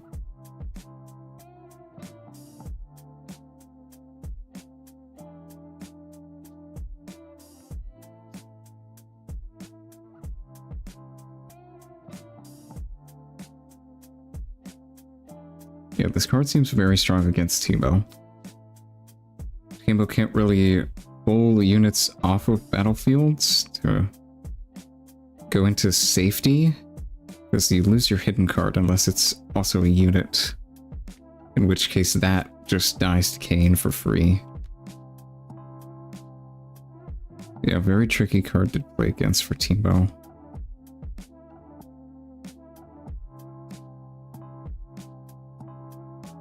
You've got this Nocturne here, but do you even commit it to a battlefield for the potential of it just getting swept by Kane?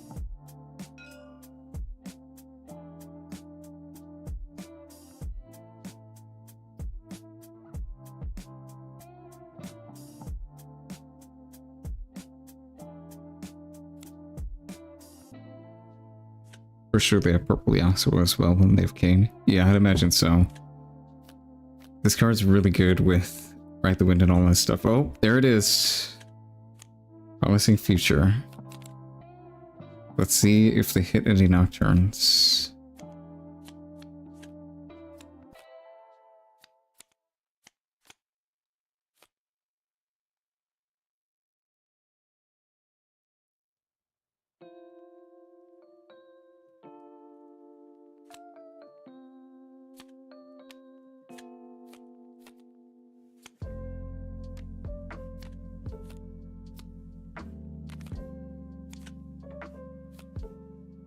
Each player looks at top 5 and plays something. This card's currently not playable in 1v1. It's just not really that good, but In 2v2, when there's 4 people and you can build your decks around it a little better, we'll see how well this does.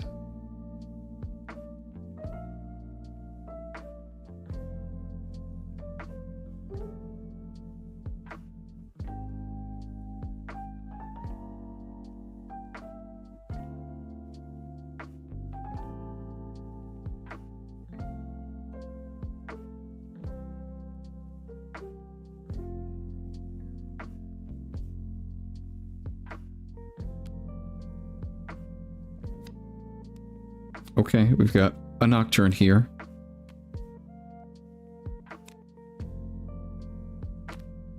So...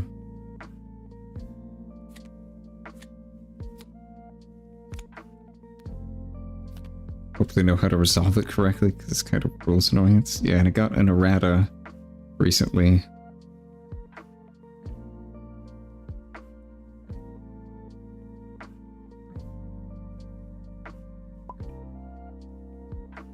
They called the judge. Okay, well, looks like they don't know what to do.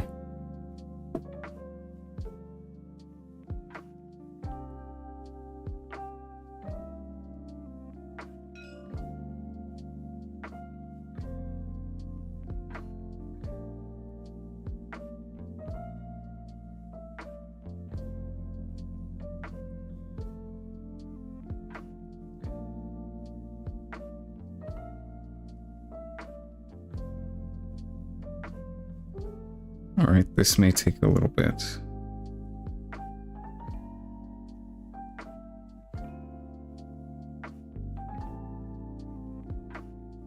Yeah, this card can take a while to resolve sometimes, especially with Nocturnes put into the mix as well.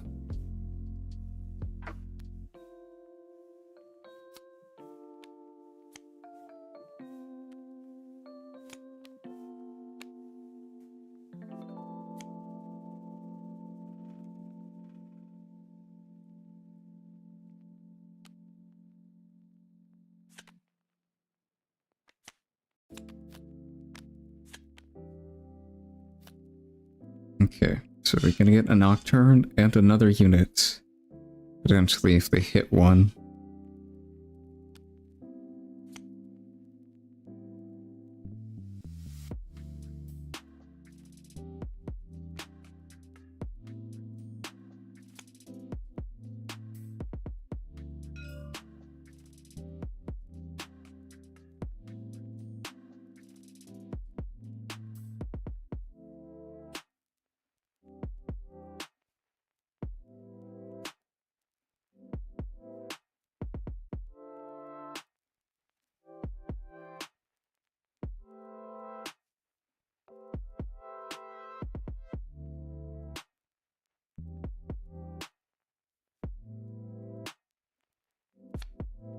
Singularity, okay.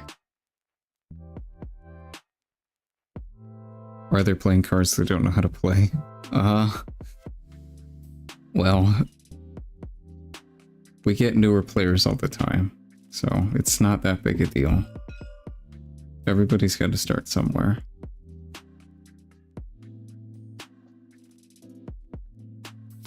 Ooh, Dead Bloom. Okay, that's really good. That is a really strong card.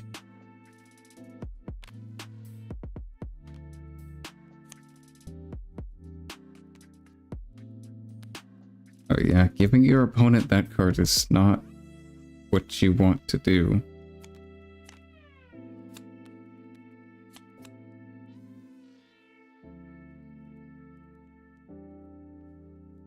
Okay, let's see what our other 2 players get. A Dazzling Aurora, okay. We like seeing that card for free. That's really nice. And a Mask of Foresight, that's it? Okay. That's not good. Yeah, this MF got a Dazzling Aurora and a Nocturne off of this card. That's pretty good for them. Singularity's alright, it doesn't really do that much except kill this Cane. And the Dead Bloom's pretty good. See, the opponent's got 10 energy worth of cards. And you got 9, 13, 19. Okay, that's probably worth it.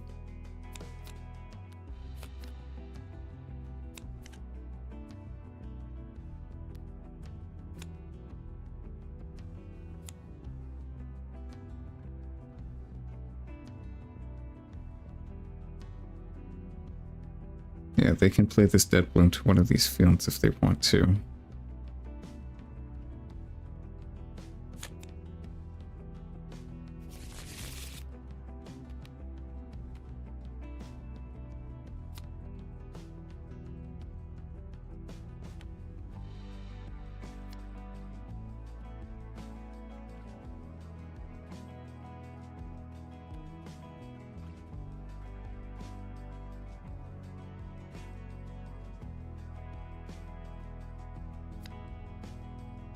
Yeah, they're thinking about which field they want to put this Dead Bloom on.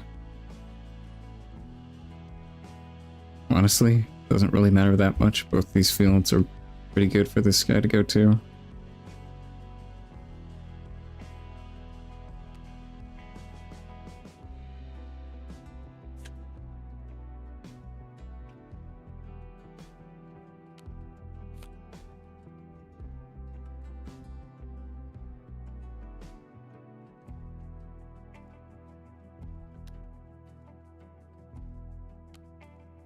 I can see why 2v2 games take forever now. This card took like 10 minutes to resolve.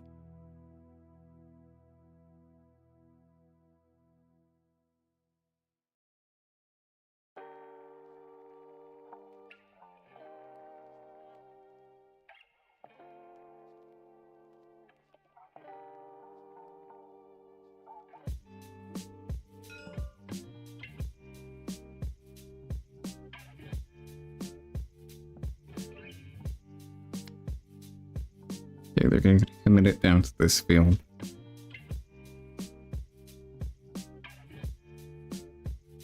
Yeah, I don't think Timo can fight against this guy.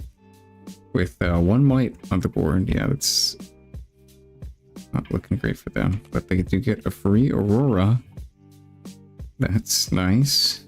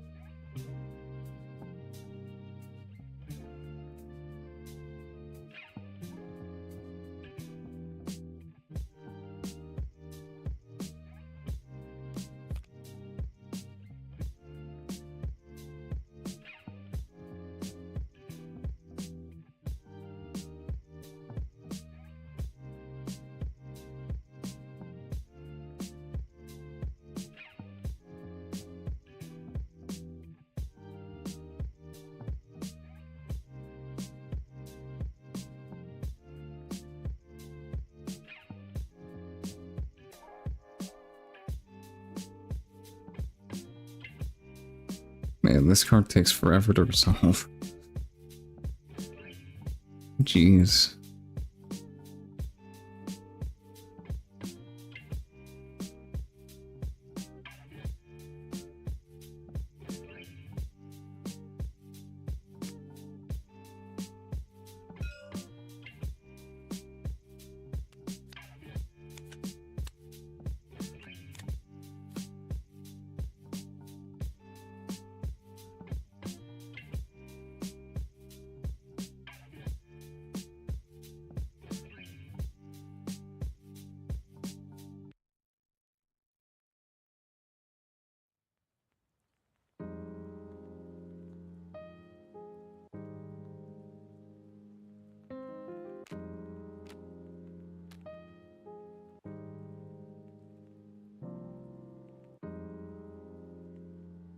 We've only got 20 minutes left with this game.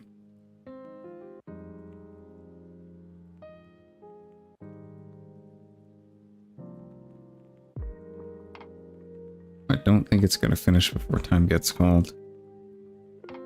And it might not finish at all. We'll see.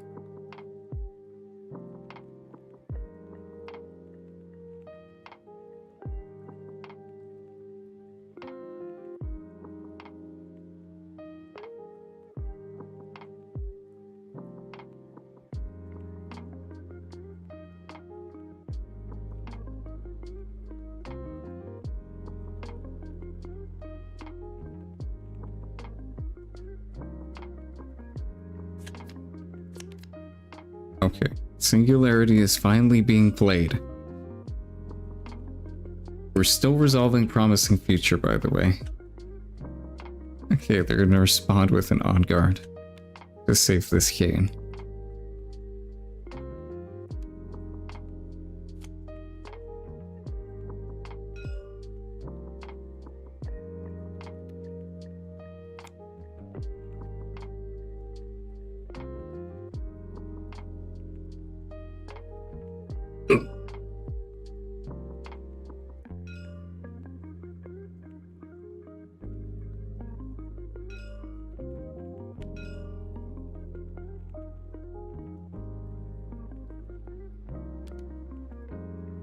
Yeah, Dead Bloom's just gonna win this combat. I don't think there's anything they can do about it.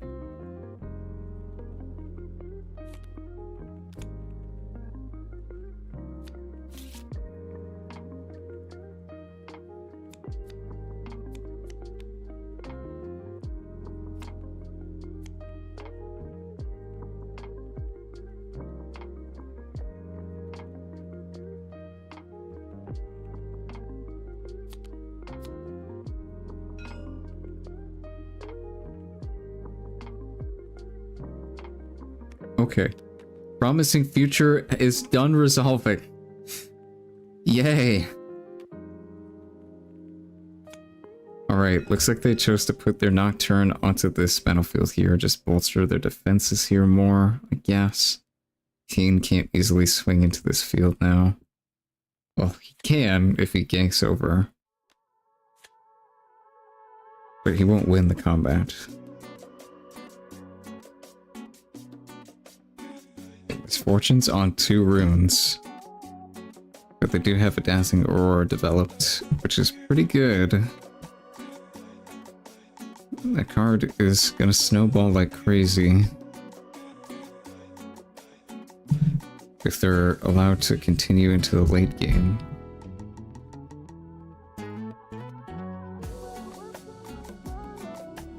We'll see how our opposing team is going to try and navigate scoring enough points fast enough so that this Aurora doesn't become a problem.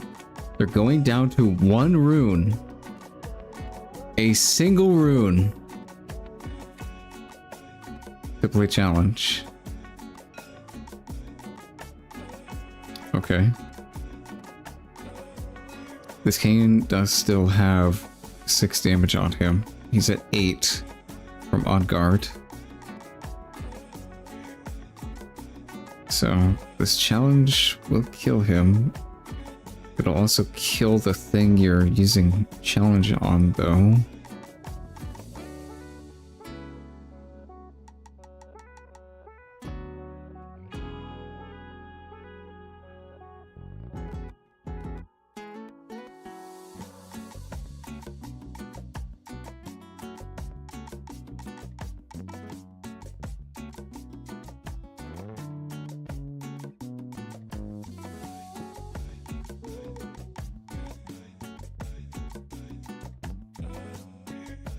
Looks like they might be thinking about responses or something.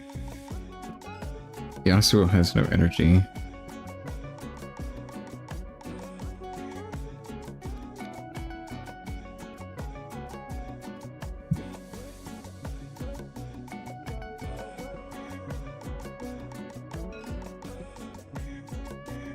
It looks like they're challenging their Nocturne against this Kane. It's gonna kill both of them. Yasuo's board is completely empty now. Okay. Consult the past. Could we flip to draw 2 cards? Very nice. And this Teemo is gonna die. With this dead bloom. Nothing you can do about that. Going down to 1 rune is pretty risky, but you have an Aurora developed.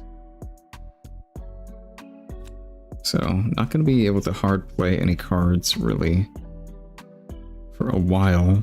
Just going to be flipping stuff off of Aurora, which could be good, it could be not great. You have Nocturnes in your deck, so it could just hit that, could not really do much. Also hit really big stuff, as Aurora is known to do. We'll play a Gust on our own Teemo to save him. Okay. Maybe they might have a response. Nope. Gotta go back to hand. Okay.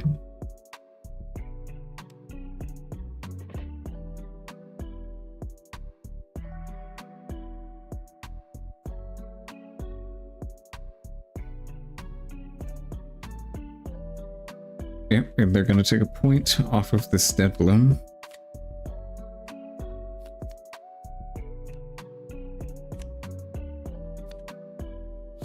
How many cards does Teemo have in hand? 4?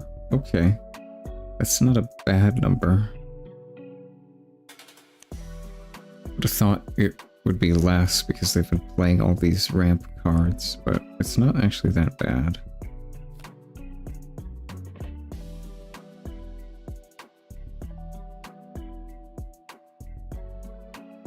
I'm gonna go ahead and move this Nocturne up onto this field, taking it, potentially scoring a point, establishing control. They can hide up to 2 cards there if they want. Oh, they're gonna ride the wind, dead bloom. Okay. Interesting. That is gonna attack into this combat.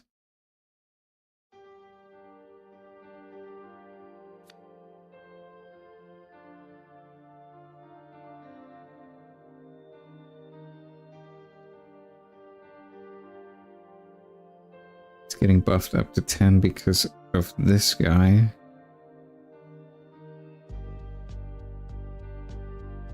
So yeah, this Nocturne's just gonna die. And they're gonna score another point. Up to 6. That's pretty good.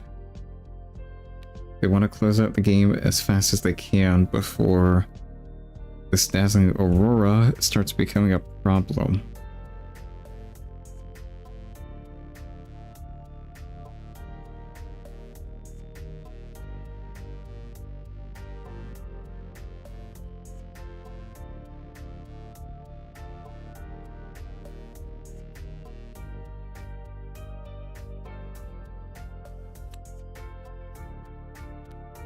Teemo's gonna play a stacked deck. Just look at some cards, trying to find something useful.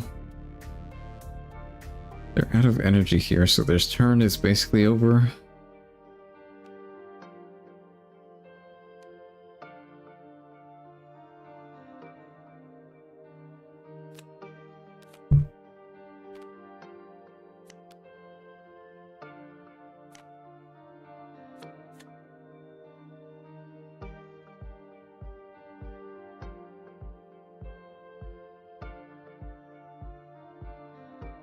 I don't really know what else they can do this turn. I don't think they can do anything.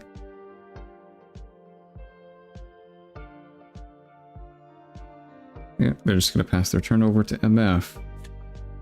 We'll see what they can do. How many cards do they have? 5 now and 4. Okay, also a decent hand size. Got some good stuff to work with. Just going to accelerate this misfortune. This is not something you can do. You cannot be on the field. Oh, they're just on the wrong color. Okay. Yeah, this is theirs. They're just not on the right color. Gonna go ahead and retreat a unit to save it. Okay.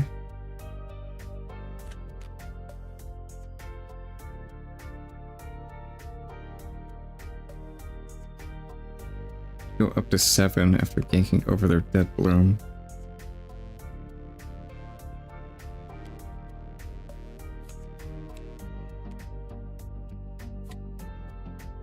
I'm gonna go ahead and move their misfortune back, and then ready their dead bloom and gank it over again. And score another point. That is a lot of points this turn. Gonna go up to 9. And getting ready to close the game out pretty soon.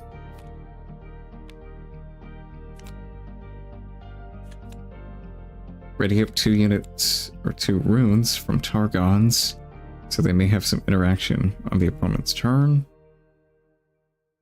Yeah, this is a pretty good position to be in if you're Misfortune and Yasuo. You do have potential to win the game next turn, I think.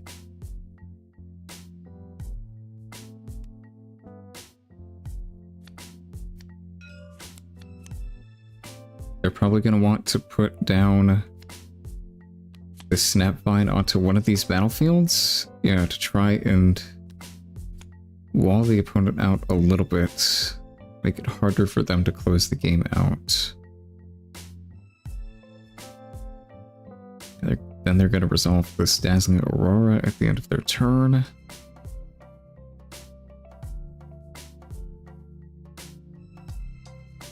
Let's see what they managed to flip off of it.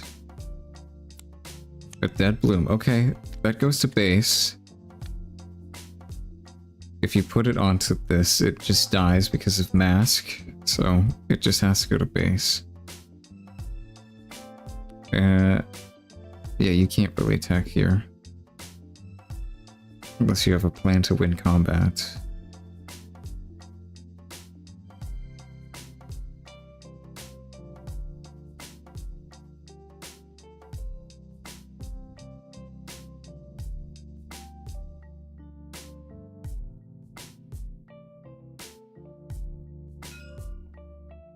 Yeah, you can put it on this battlefield if you want to make it harder for your opponent to win the game this turn. That is a play you could think about doing. But they're pretty far ahead. They could just start playing for holding. Because if they take one of these fields, they go to 10, and then they just have to hold on either field and win that way. But yeah, it is probably safer to just stack stuff and have them try and push through a bunch of units if they want to actually win the game this turn. Last breath on the dead bloom. That's pretty good.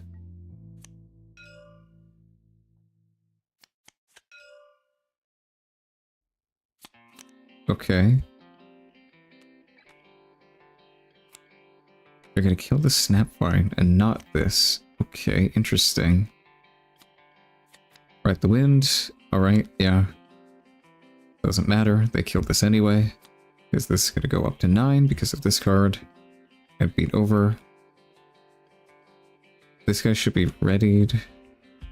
Right? No. Yeah, it should be.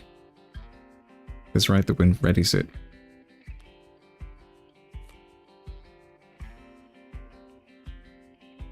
Yeah, they can win the game here if they want. This unit should be readied.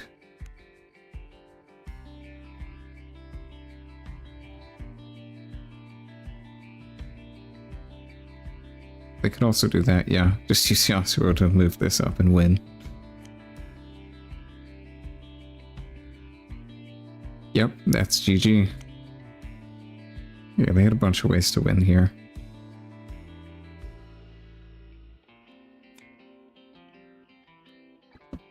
Alright, well, yeah. That was pretty fast. Well, it wasn't fast, that was an hour, but in terms of scoring points per turn, that was pretty fast from this team.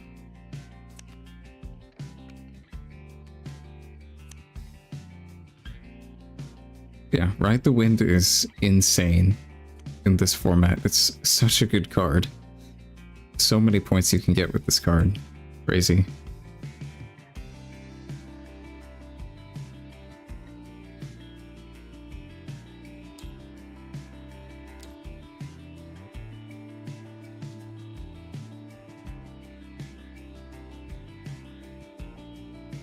Right, let's see how many people are still going. Looks like we just got one match left. All right. Got a few minutes left, so I'm gonna go ahead and take a break. I'll be back soon.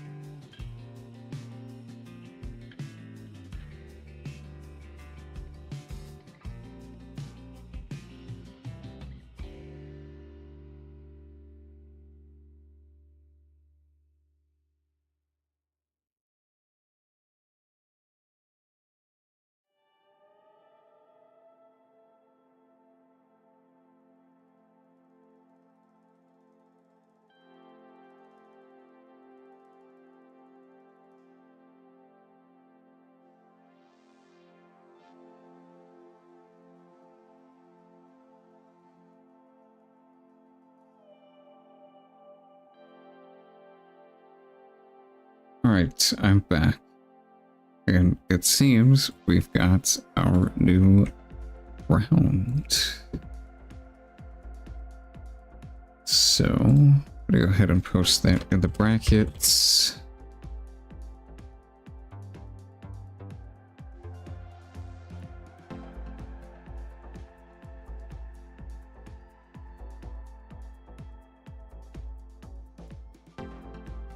Let's see how many undefeated teams we've got. Just 2. Okay, this will be the last round then.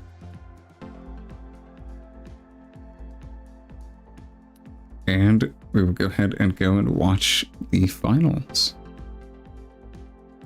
at table 1 once people join up. Yeah, pretty short tournament today.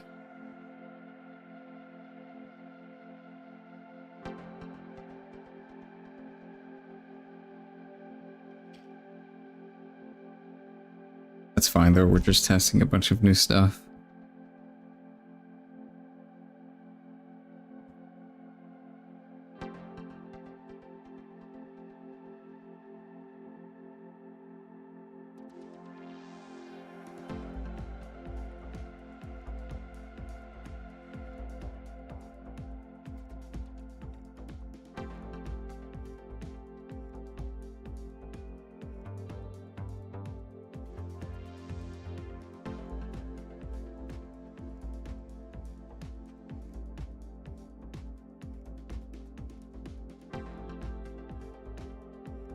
Alright, let me go ahead and change my overlay.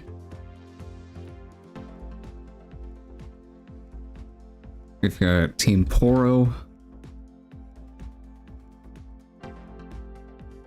They're undefeated at 2-0. And Team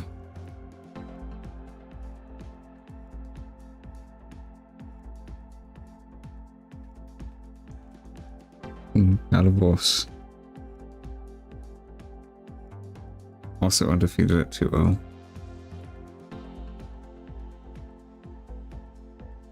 Hopefully it's run smooth for the most part. Yeah. Outside of round 1, just taking quite a bit. Been good.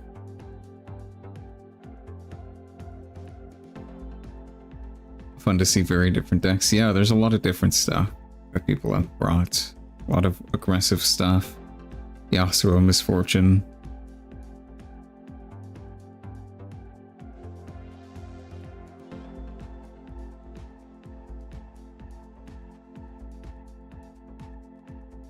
Okay.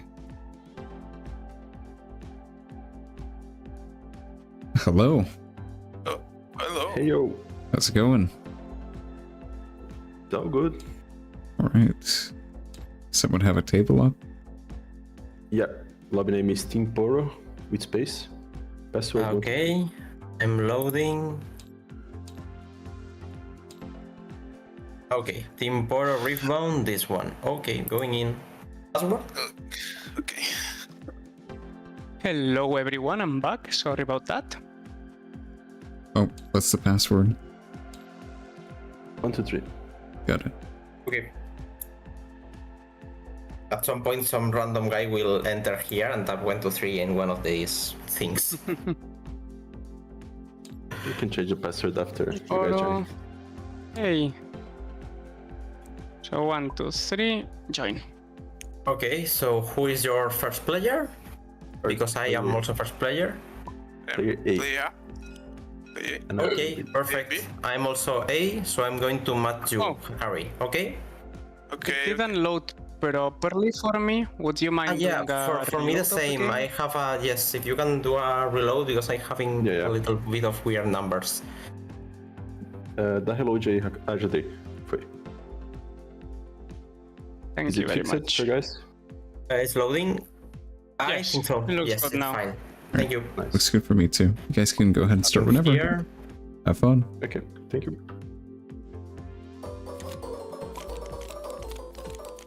Alright, let me go ahead and get this situated. Looks good.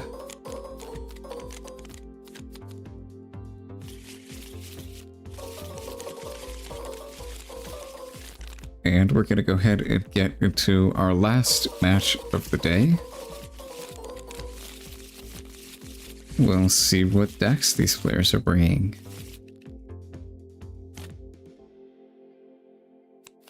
Victor. Okay, yeah, this guy's probably pretty good in 2v2. Cold a Week is an insane card in this format. Just a 3-for-1 trade. Potentially. Well, 2-for-1, I guess. Don't really want to kill your teammates' units. We've got a Master Yi. This is normally a good matchup for Yi in 1v1, but we'll see how it does here. Battlefields, we've got Grove, okay. Dreaming Tree, pretty nice for Yi. And Candlelit, kind of neutral. Yeah, Grove and Dreaming Tree are nice for Yi, so we'll see how this goes. Buffs friendly units? Yeah, it does. That is very good.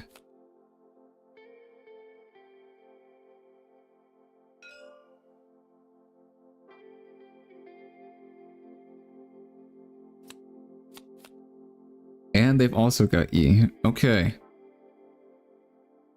Yeah, this legend seems insane in this format. Very good card.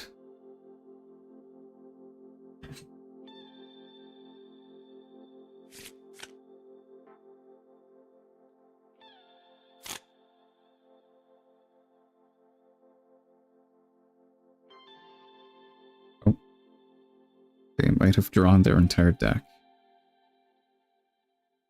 Yep, they did.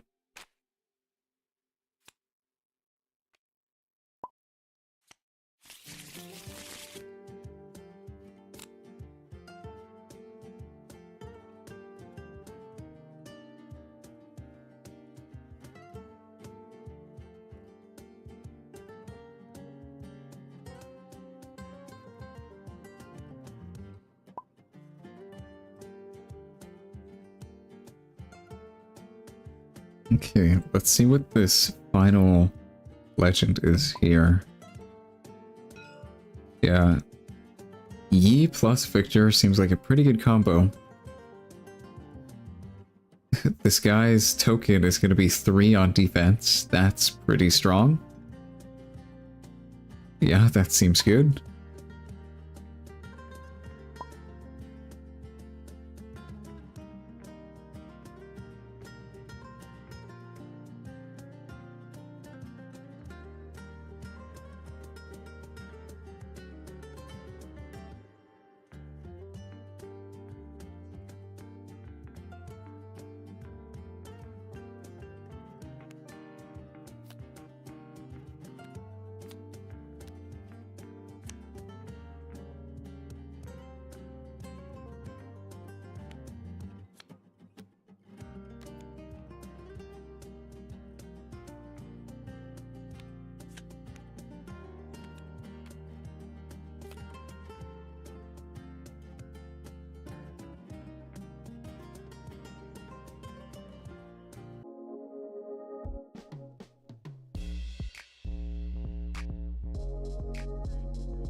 Gonna need to see a lot of aggressive pushes from both teams, like some Primal Strength, White Flames, Grand Stratagem, Watcher. We'll see how this goes.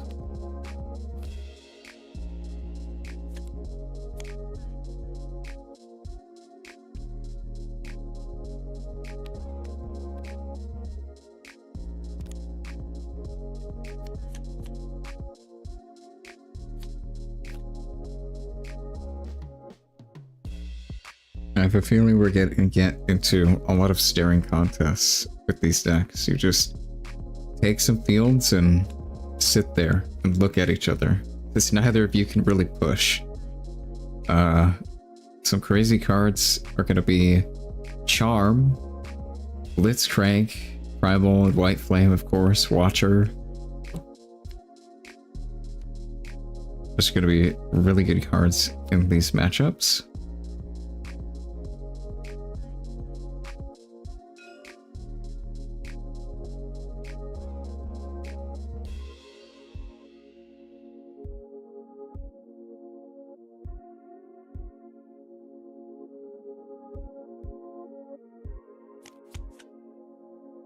Looks like he is just going to develop a pit rookie and pass the turn.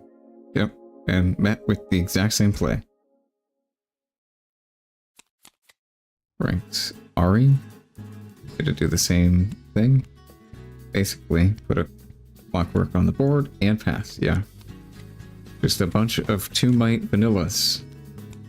Play a scout and make a token and pass.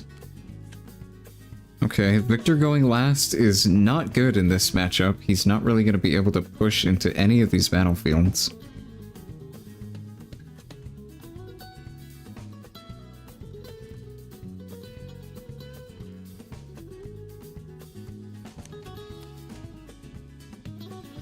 I'll play a Mask of Foresight. Yeah, this card gets some decent value in 2v2. It's not that great in 1v1, but here, being able to buff both players' units is pretty good.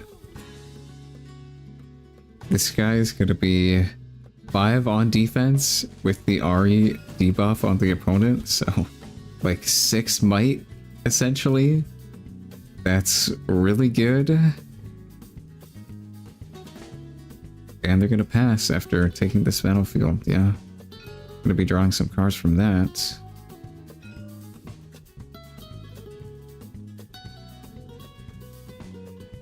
Honestly, you might want to just slam down to Primal Strength and beat over this. just take the field immediately. Okay, they're gonna go for a sabotage.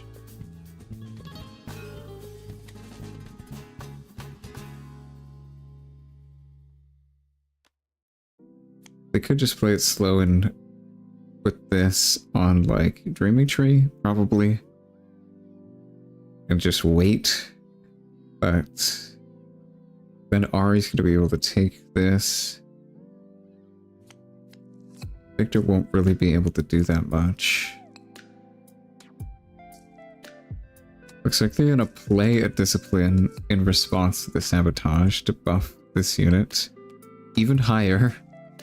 Okay.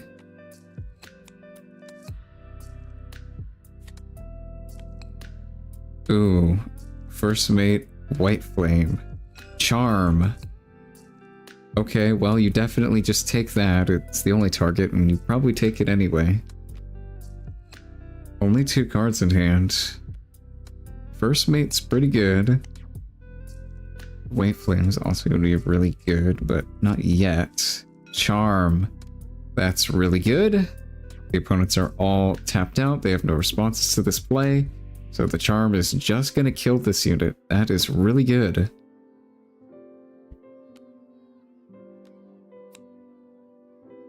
That's going to prevent Ari from being able to take this battlefield and open Victor up to actually scoring and taking on a battlefield. That's really good. Also going to develop a clock of their own and pass the turn. Okay. Pretty good position for our Yi and Victor here. Very good position.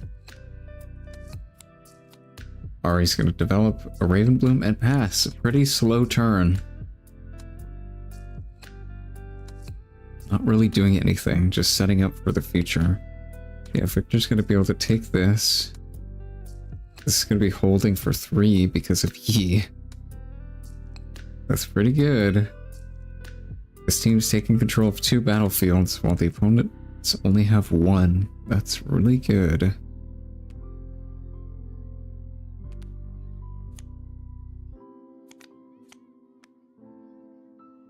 Playing a Stupefy onto this. Just drawing a card.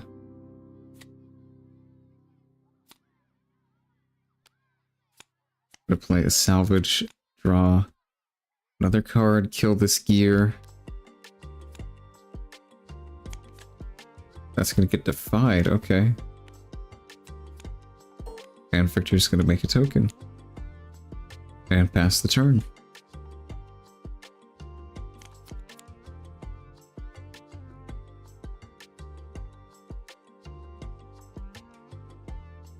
Alright, so this team's gonna go up to 2 from holding here. And let's see what they've got. I could have some... Basically only have a top deck, so... Could have drawn a charm or a blitzcrank. Something...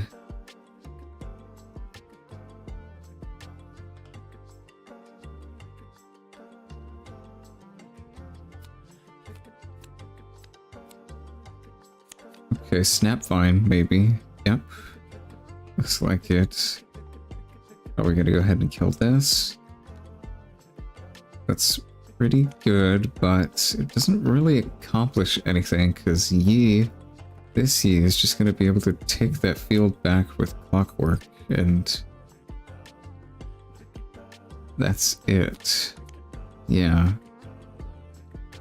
It's a good trade, but it doesn't really accomplish that much right now. The opponents are still going to have 2 battlefields under their control.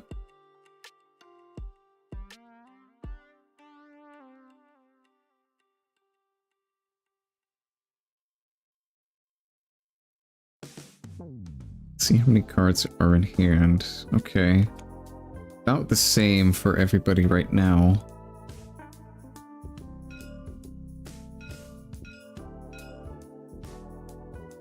Yeah, they're gonna go ahead and push this unit up. Lay down an Adaptatron. Okay, they've brought a lot of anti-gear tech into this format. Maybe to combat Aurora decks?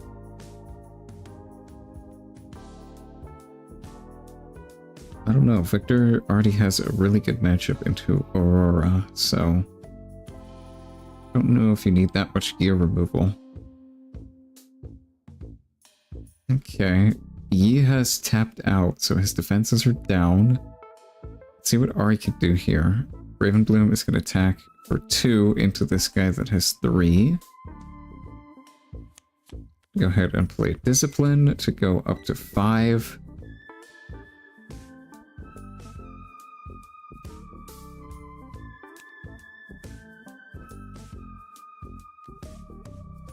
Yep, this unit is just dead. There's nothing the opponent can do about that. Yi has no energy. Victor only has 1, which doesn't help.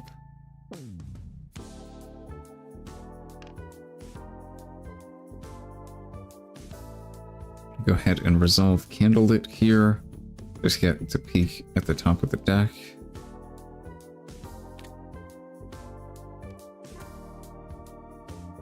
Yeah, pretty good turn. If they have a charm, which it looks like they do. Yep. This card is insane in this matchup. So good.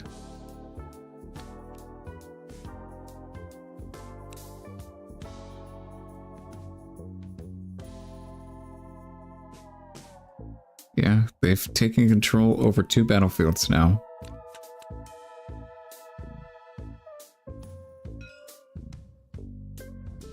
Charm's an insane card. Yeah, it's even better when you're getting 2 legends that benefit it.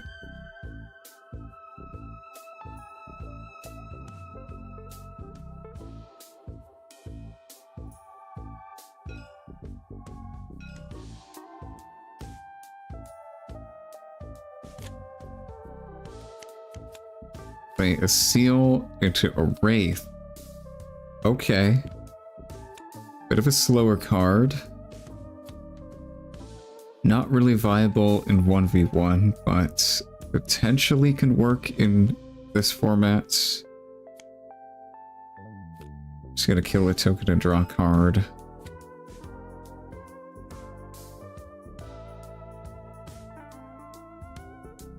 Yeah, it's a bit slow. Just make another token and pass. Okay. Passing over to Yi. They're gonna score a point here. And have this Snapvine available to swing into this. With 6 energy open, they'll be attacking for 7.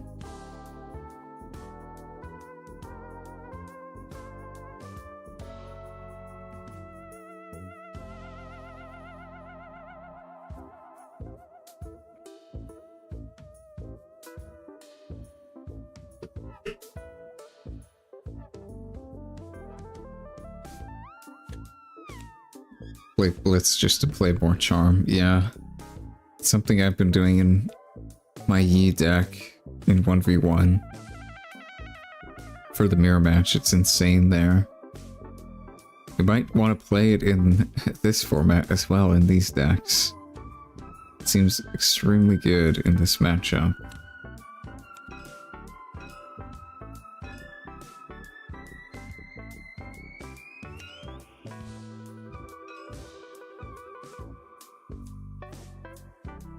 Yeah, just gonna go ahead and attack with this Snapvine over this Keeper, kill it, take this, go up to 5 points total, develop Azanias onto the board. Alright.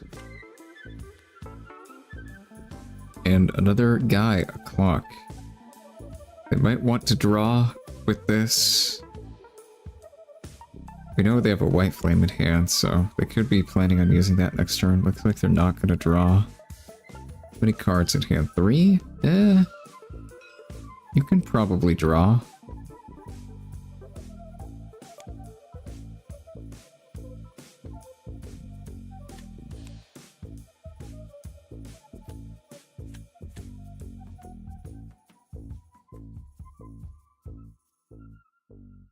Okay, they're just gonna pass. Just play a guy and pass. Very interesting. Pretty slow. They're not really doing anything. They're just kind of setting up a little bit for later, but they're just letting the opponent score free points, and they're getting quite the lead, 6-3. And play a Sunlit Guardian and pass. Okay. Just bolstering their defenses on this board.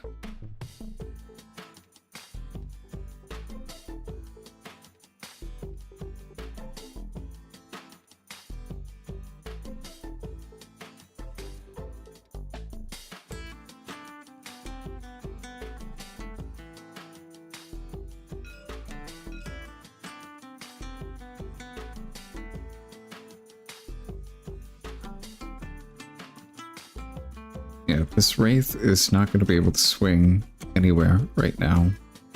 This guy's going to go up to 5 on defense, so it'll just trade. You could move in with a token after that if you want to. Singularity. That's extremely strong. Okay. On Snapvine and...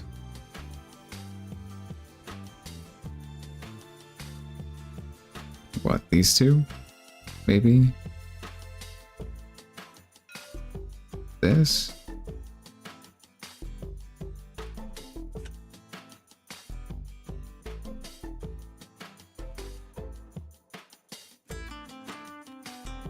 It looks like it targeted that. And that.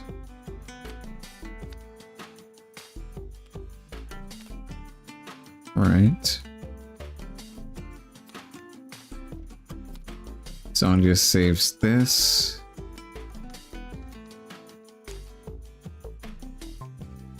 Gonna swing a token in, sacrifice it, just draw a card. They're getting a lot of cards. What can they do with them, though? Just 5? Their teammate only has 2, though. That's not great. Okay, gonna go here with Wraith. Score a point. And pass, okay, after making a token. Playing it a bit slow. Just drawing cards, setting up for future turns, I guess. We'll see how well that pays off. This team's going up to 7. That's a lot.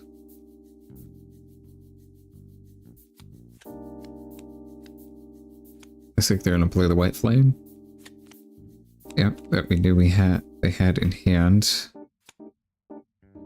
Buff this up to 10 and swing over this Wraith. Let's see if they got a solution for this. Nope, they don't. Okay. No primal strength or anything.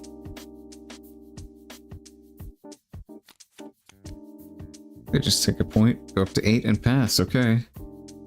Well, it's 8-4. This is an extremely big tempo lead. They've also got a bigger board. This is looking incredibly dire for Yi. Okay, Sabotage coming down, looking at Ari's hand. Let's see what they are gonna get.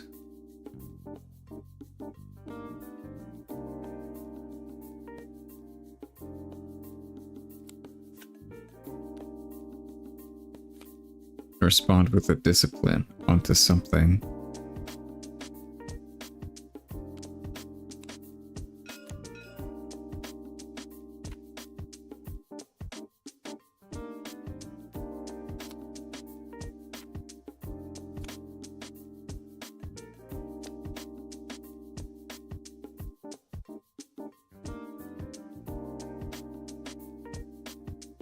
Looks like they might be thinking about stopping this discipline. Nope, it's gonna go through. Okay.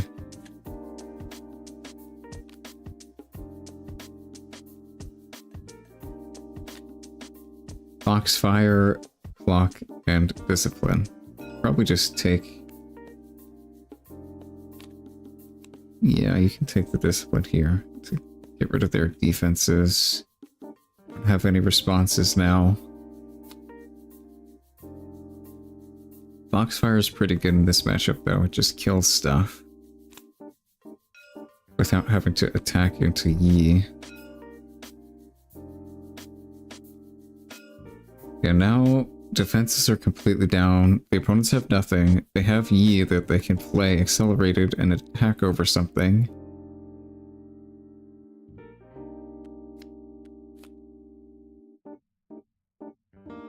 The only thing they can attack really is this guy, but he goes up to 7?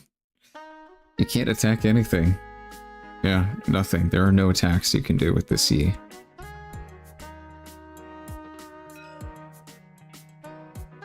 I mean, this Yi plus this guy is 8, so that could swing over this guy? No? No, it can't because Ari. So there's nothing you can do here. You're gonna have to kill these units not with combat.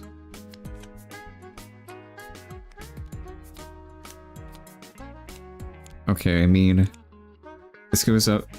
This is 8 minus 2 from Ari is down to 6 total, but this guy's 7. So you lose. What are you doing? Was it not 7? Was that... What? I guess it wasn't 7.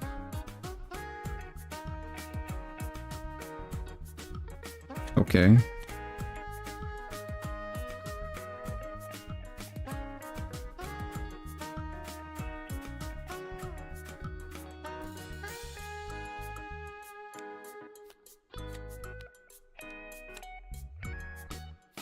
Foxfire to kill this. Yeah, sure.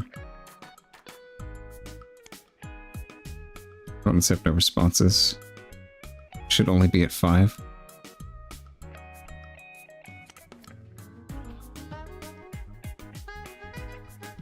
Yeah, I don't know why it was marked at 7.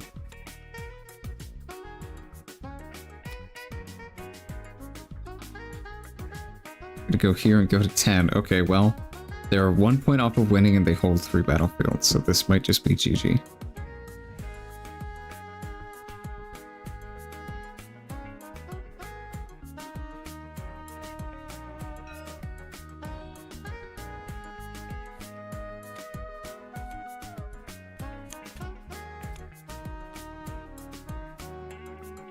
Yeah, just gonna put this down to get even more defense. Not that you need it. I mean, like, the only card you lose to now is unchecked power, so...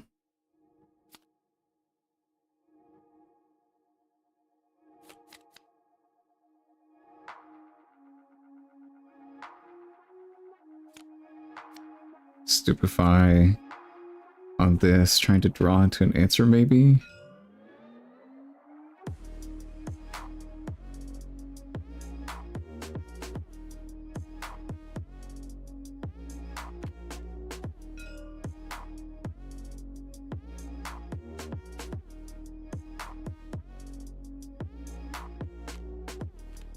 Okay, yeah. Mystic Reversal. Interesting.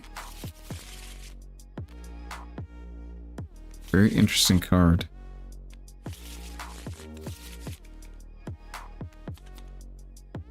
I don't really know what that would hit. That would be good.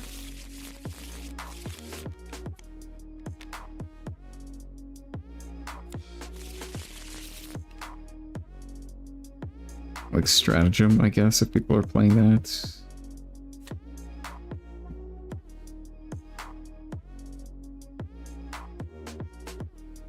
Alright, our Yi and Ari combo won. That was... Yeah, this seems like a very good combo.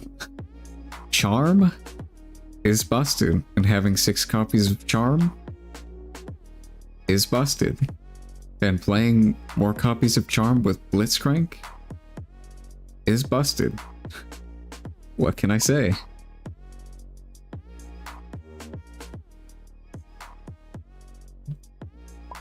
Yeah, Massive Foresight is a lot better in this format.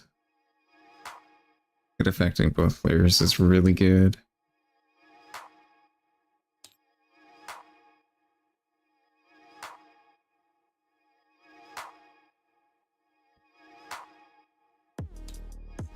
Alright. Let's go. I think there's... Yeah, a bunch of people still finishing up. Yeah, we can wait and see. Let me go ahead and pull up.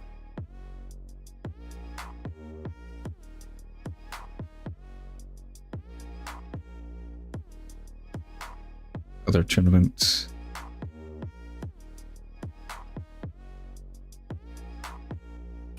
But everything dies. He doesn't want to save it, which means Round he needs to use 4. some runes here. Yeah, it's kind of. Let me go ahead and put this on the other screen. Right? So you would have 3 total see when copies it's of done. Icathian Rain on the Poro. Oh yeah, so even if you save it, it What's this matchup? Kaisa set? Okay. Anyway, because you just put 2 copies. Set's in the lead. Interesting. Well, I actually think it's the other way around, but I gotta double check on that one later. We'll see right now. Right now, Set's gonna come into play. Someone just got Icathian Rained. I see. And this is a very good late game play now. It's gonna. We've seen 2 Icathian Rains already used, and I have to feel like that was the play that Vendordi was holding on to, saying use all your resources on my cards that don't matter, because the one that truly does is here in my hand. Set Brawler.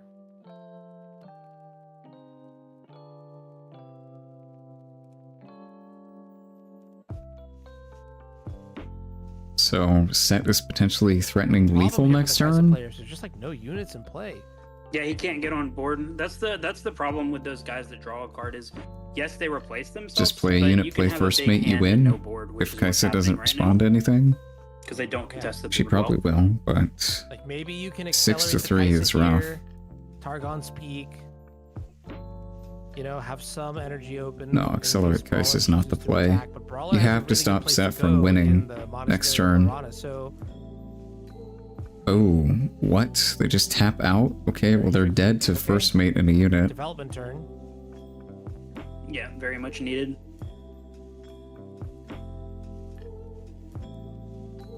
Spend a buff to draw. It's pretty good. Conquer, get the buff back. Yep. Set moves in Go to 7. Monastery of Harana, and we're going to stack our triggers in such a way where we can reapply the buff from the Conquer that Set does after we consume the buff that was already there with the Monastery of Harana's draw ability. Okay. That showstopper to also win the game. Oh, okay. Well, And that's yeah, GG. that one's gonna Okay, just, well, yeah. Wrap it up then. Showstopper, Kinko Monk, Why would you going to tap take the out when 8th your and final opponent has point, lethal and, next turn? It did not really look. You gotta that stop them from lopsided winning. until it was like you could feel it was lopsided, right? Like I feel like the Icathian Reigns were like, oh, maybe there's a chance that Freaks are still in it. But the way Yeah, Vendordi so kind of played it out, Kaisa needs a much Unless they faster just didn't have anything in their hand that could contend. like double 2 power 3 drop is not it draws you a bunch of cards, but you're gonna end the game with a bunch of cards in hand. yeah, that's actually a really good point, right? Doesn't matter how many cards you draw if you just die with clutching them all at the very end of the game. So great call out here. Let's think about sideboards here for a moment. Any idea what cards you'd want from the Kaisa side going into game 2? With Ballista if you play it. I like Ballista in this matchup to chew Yeah. through. Chew through Chew buffs. through stuff, help deal damage, especially if you can get it out really early. Maybe he's only playing 2 Icathian Rain main board and he brings in the 3rd. You don't play How about 2 from the main set board. side, any If you're other playing it, you options play that you 1. like? I'm thinking Sabotage might be a good one to have. Sabotage 100%. Unyielding, any orange deck that can play Unyielding into Kaisa is, it's a good card into Kaisa. Yeah, I don't even know if Here's you another bring a question for Cathian you, Rain which in is- this matchup because of Going into unyielding. game 2, we kind of saw That's how, just like, such a Zed kinda, blowout. like, That's danced an the entire dance and turn was skip. ahead almost I don't know if every you risk that. step of the way in Probably game not. 1. Does sideboarding help the set deck more, or does it help Kaisa more? We're going to see Vile Mauslayer and Fortified Position now.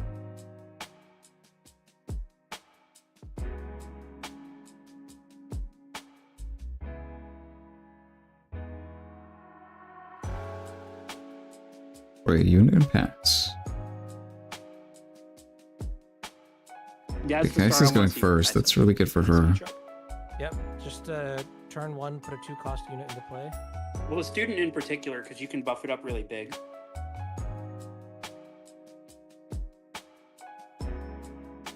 Yeah, seems pretty good. Maybe next turn you can just deploy Putting it student on Survivor. fortifieds here is really good.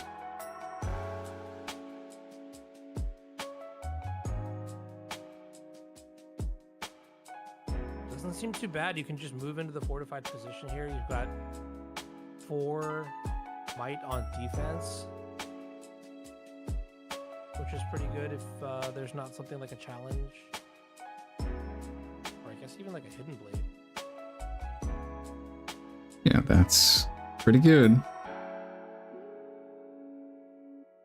This fortified is making this I think the probably issue with Kaisa uncontestable right now. is So he you goes, just like, have to go to Vile Laws if you want to score. 4-drop set, the set unique spell, the one that buffs it and moves it. Like it's a Should big problem probably if he buff loses this Kaisa like that. first if you can, Yeah, that's because it can totally just die to reasonable. Hex I Tech, do think you do need to continue and you'll getting be in on a the board. really bad And we see spot. that with the lecturing Yordle. Holding Okay. up 1 also might This is good. leak, like the existence of Hextech Ray or Showstopper Kiana. Yeah, exactly like what I was just saying, where they're gonna 4-drop into the showstopper. It's 5-4 in favor of Kiana right now, Yeah, this is a but massive Kaisa's got an energy up, so could have a Hex Now, the real Tech, could question have a is, does he have Stupefy, the axe but you're gonna or have to whatever it's pay the called? deflect cost, so yeah. Unfortunately, cleave only works when you're attacking, but Oh yeah, that's right. even something like a Stupefy would be sufficient here because the It would be fortified worth it. position. Yeah. Stupefy. You cannot pay the deflect and costs with retest Kaisa. it. That's not Alright. something you can do.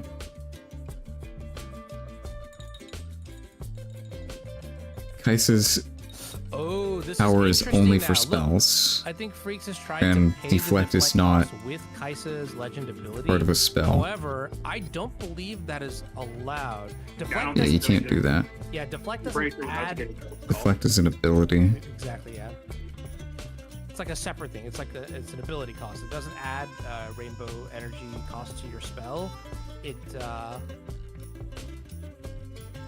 is like a thing all on its own. Therefore, it is unique from a spell which is specified by Kaisa. So I do think we will have to recycle our boon here.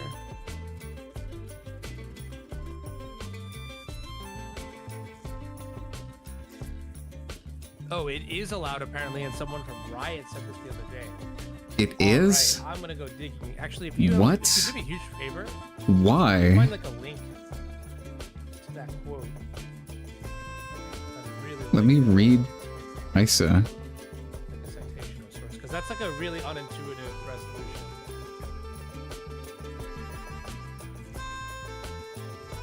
I mean, we'll find out what happens here shortly. Have the judge step on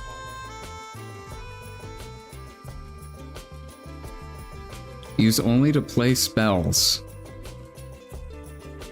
Paying for deflect is not playing a spell.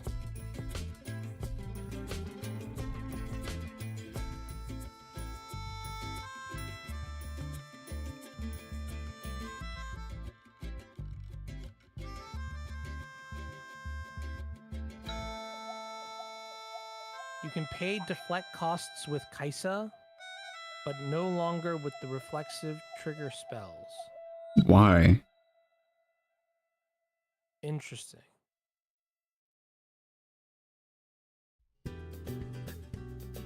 Why can you use Kaisa for this? Yeah, then my mistake, and it looks like should be good to go. Why? What? But But it looks like Vendordi is going to just win here anyways, thanks to Call to Glory. That'll consume the buff off That's of so dumb. Why can you do that? Kiana That's goes not up at all to how the cards 6 worded. fight after the Stupefy and the Call to Glory, and that's enough to win combat here.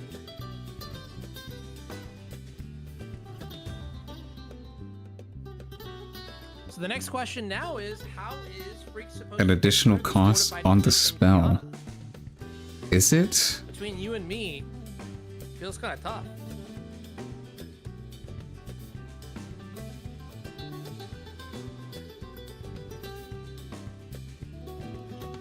What is a reflexive trigger?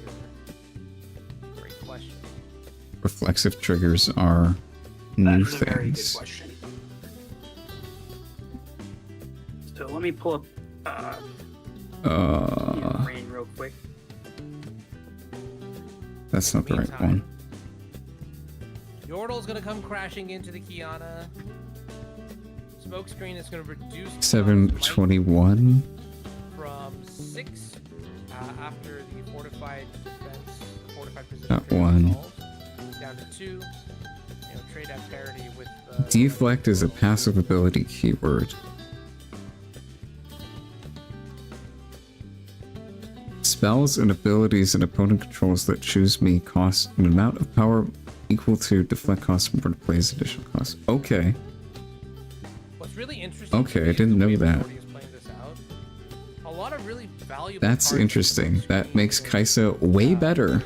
a couple of these units are being used on like good threats. I would Huh. say Kiana is a good I've never threat, seen but that it's come not up like before. The top end threat that I'd be totally concerned about. My point Interesting. is along the lines of, check it out. All of this interaction is being forced despite set brawlers still being in the base. Yes. Which might be his plan. We might see it develop this turn okay. now that he's gotten out a lot of interaction. Exactly, right? So that's a really interesting Why sort of isn't it worded like that at all on the actual for, which deflect is, Let's text? simplify the game state. Maybe you'll still have 5 cards in hand, but you've used a lot of really good cards and you have fewer copies. You're Yeah, it less makes likely to sense, have but copies of those cards that matter. this wording here is That's kind of what I'm trying to get at here. So not at all I really like the indicative way that of Vendordi is it playing working this this sort of, way. you know, sculpting a scenario where they can proactively play their key cards in scenarios that are likely to keep those key cards alive longer, and then also like support them to do their thing and take over the game here. This one's going to be kind of tricky though, as we look at Kaisa choosing which battlefield to conquer. Okay, well, I mean, if you slam into this guy, all they can have is all the glory. How do you feel about Kaisa Then you can moving into probably Wild just World punish that with 7 open mana. Yeah, this dies. I think it's probably just correct, yeah. Well, if you have an Achathid Rain here, you just keep kill getting the points set as through much its of that all. buff, which is what they're gonna do. Yeah, the set just dies through his buff, thanks to the Okay. new FAQ. Very aggressive Icathian Rain here on the set. All 6 targets, all 6 copies targeting the same set brawler.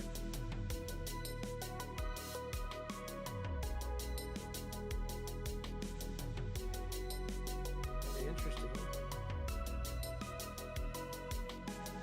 And the follow-up is only the Daring Poro. That's actually kind of... Very slow, yeah. You'd think that Vendordi would have more creatures or something. Okay, accelerate rear guard. Raw. Develop onto a field, sure. Yeah, you can put this onto the field with rear guard so that the Oro doesn't just beat over the rear guard. Looks like they're... Well, it's on fortified, so that doesn't matter. Alright, we're gonna see rear guard get accelerated into the fortified position. It holds against this attack is anyway. in the base. Yeah, this Poro literally can't do anything right now unless you buff it. Starting to look pretty good.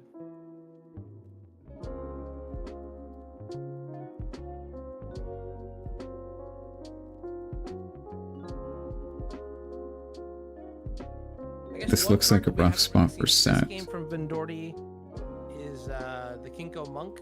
Okay, this Boro can trade with something. I think that's something that I'd like to see. And then Oh, hard play Call to Glory onto this so I can beat over. there's the Call to Glory Okay, that we're just casting naturally.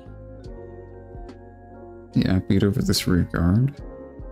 That's a lot of investment just to kill a rear guard that's already gotten value. Poro at 4, 5, 7. My Choice is the ultimate luxury. Hello, Taco Bell. With Taco Bell's $5 box, $7 box, and $9 box. Now featuring the Should I go to Taco Bell and get food today? Maybe. Maybe. Let's see. Yeah, we still have all 3 other matches going on. Okay, we might be here a while.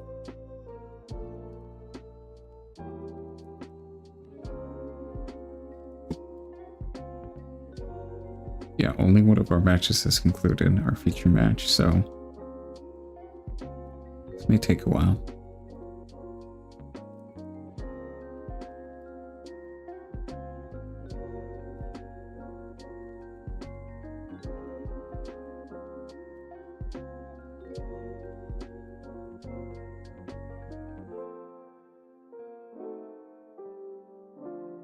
But yeah, that is definitely extremely good for Kaisa. That honestly helps a lot in some matchups.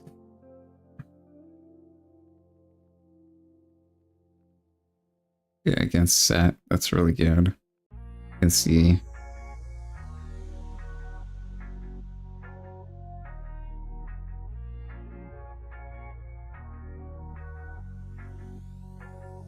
Yeah, this wording is really bad.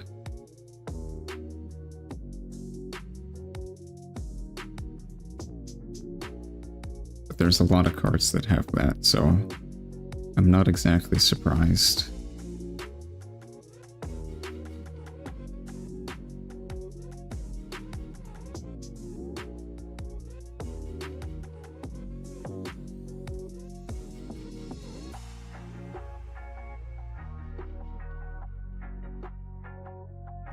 How much time do we have in the round? 5 more minutes left.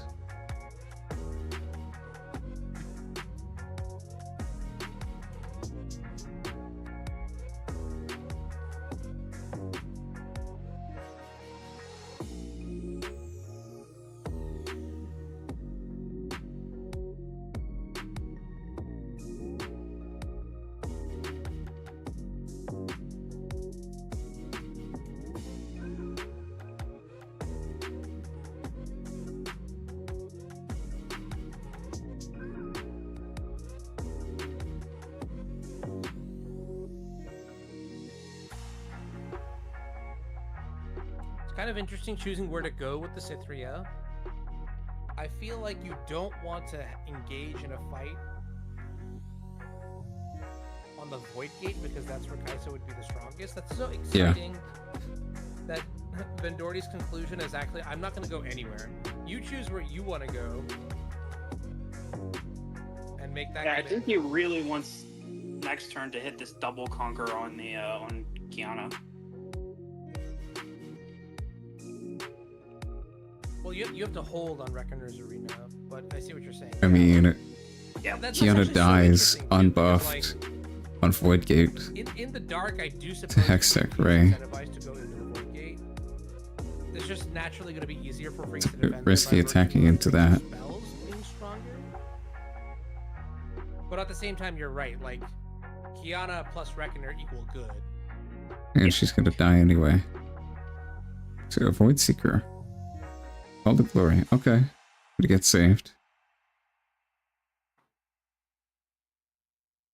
Still a +1 in terms of card advantage for Kaisa in that exchange, but Kiana gets to draw a card, so it's not bad for Set. Alright, so Kiana's gonna conquer safely, draw a card here. And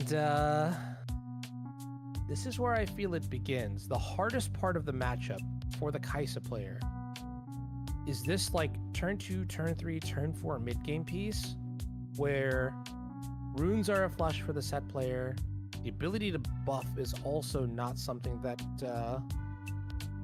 They play a Kinku monk down here. That's really good. I wonder if he's just gonna slam set here.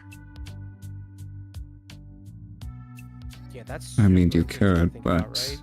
Also, it's keeping in not mind, the amazing. Void Seeker that just got played was countered by Call to Glory. That's why you see the Cytheria without a buff now. Yeah, and the Cytheria just gets another buff immediately upon the next play. It's very good for feeding that bump spell. I'm gonna be honest with you. This is probably like the highest level match of Riftbound we've seen all day, and like I'm leaning forward in my Okay, chair. Fiora. Like, I'm That's pretty completely good. engrossed here. And okay, Fiora, Showstopper. another deflect unit. Yup. Does he have the That's really showstopper? good. A 5 might swinging in. Oh, That- he does. That's Okay. good. That's also gross. That's pretty good for Kaisa. Yeah, that's a huge tempo swing. I'm gonna be pleasantly surprised if the Kaisa can Yeah. fall their way back out of that one. 6 I mean, runes. there are a couple of ways to do it. For example, Cleave would be a really good starting card to have here. The problem I is guess, that both units but on the battlefield have You deflect. can only trade with the Kiana Kiana. just naturally, Fiora Okay, because she's Cleave. mighty. This goes up to 6. The That's other hard good. part is there it is. Okay, yeah, Cleave. It's gonna Kiana boost dies. the Raven Bloom It's really to good. 6. 3 from the Cleave, 1 from Raven Bloom's ability. 5 energy. You could play a Darius down and just swing over. You don't kill it, but... Okay, they're gonna pass. Let them go up to 3. But now you have to be worried about the Fiora because Fiora she's has just gonna be able to ganking, gank right? The Raven Bloom. Yeah, you can just kill this, so... Yeah, So it's kind of like a small. this is trade still a of good resources position here for more Set to than be anything in. else. They hold to go up to 3, gank over to go up to 4. Yeah.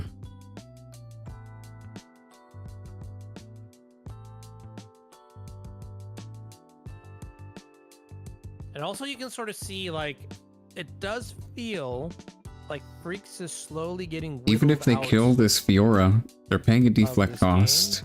And they're not even killing it because you save it with Set, so... Only 6 runes in play right now. Only 3 cards in I play. think you right in hand definitely right just now. swing These Raven first Blues don't seem action. particularly great, if I'm honest.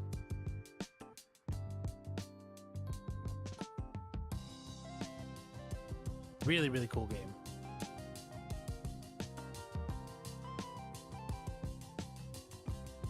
Yeah, I'm very curious as to what he Alright, that's does. time of the round for us. Because Freaks also has left Prepare to left quite a tell few our runes up for interaction. players. Oh wow. Okay, the double move.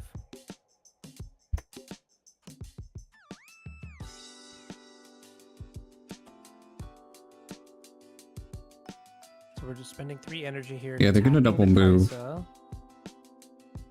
And then recycling a rune here for Void Seeker onto. I don't think it really matters. I think but so too. Because he paid the deflect cost there. I probably would have just attacked with Fiora alone. Because even if Just as a they heads up, Void once Seeker upon a this, TCG.com, you can get your it takes playmats 4, there it with still only 20 lives, and available. then it kills Raven Bloom Really, really, really anyway. sweet Sure, art you lose the buff, on but these playmats. Check it out. Pick they're one up losing their while, unit and paying a deflect for supplies like last. nothing. Okay, they save this guy. Yeah, they save Fiora. Yeah, you just lost the Cytheria for nothing there.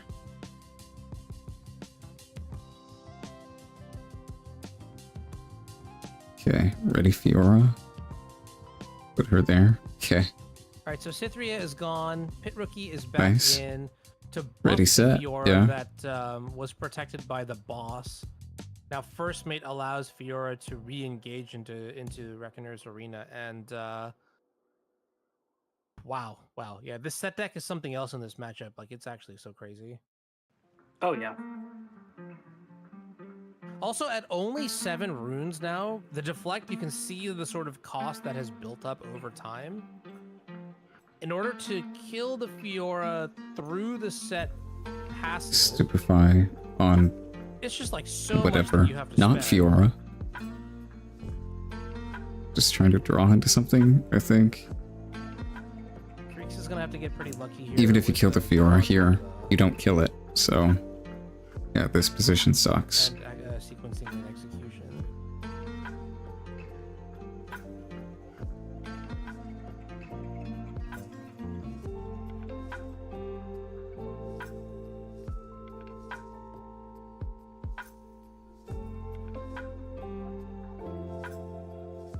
I can't quite tell what card the Stupefied chose with its -1 might ability.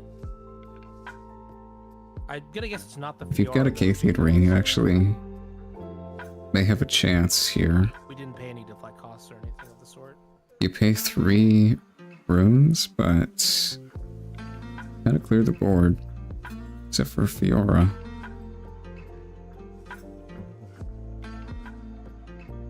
Maybe it's worth it. So They I'll go only ahead have 2 and say cards in my hand. first matchup from the Kaisa They still have side, yellow my set favorite though, and card that's that I gonna don't be see people play at all difficult to right deal now with in while they're at a Kaisa points is advantage. Echo, because you can go in and trade with all of Set's 5 power units and then untap all of your runes, and then you can actually generate a tempo lead where otherwise all of your trading leaves you either you deal with the board or you build your board. But with Echo, you can trade with something and then build a board.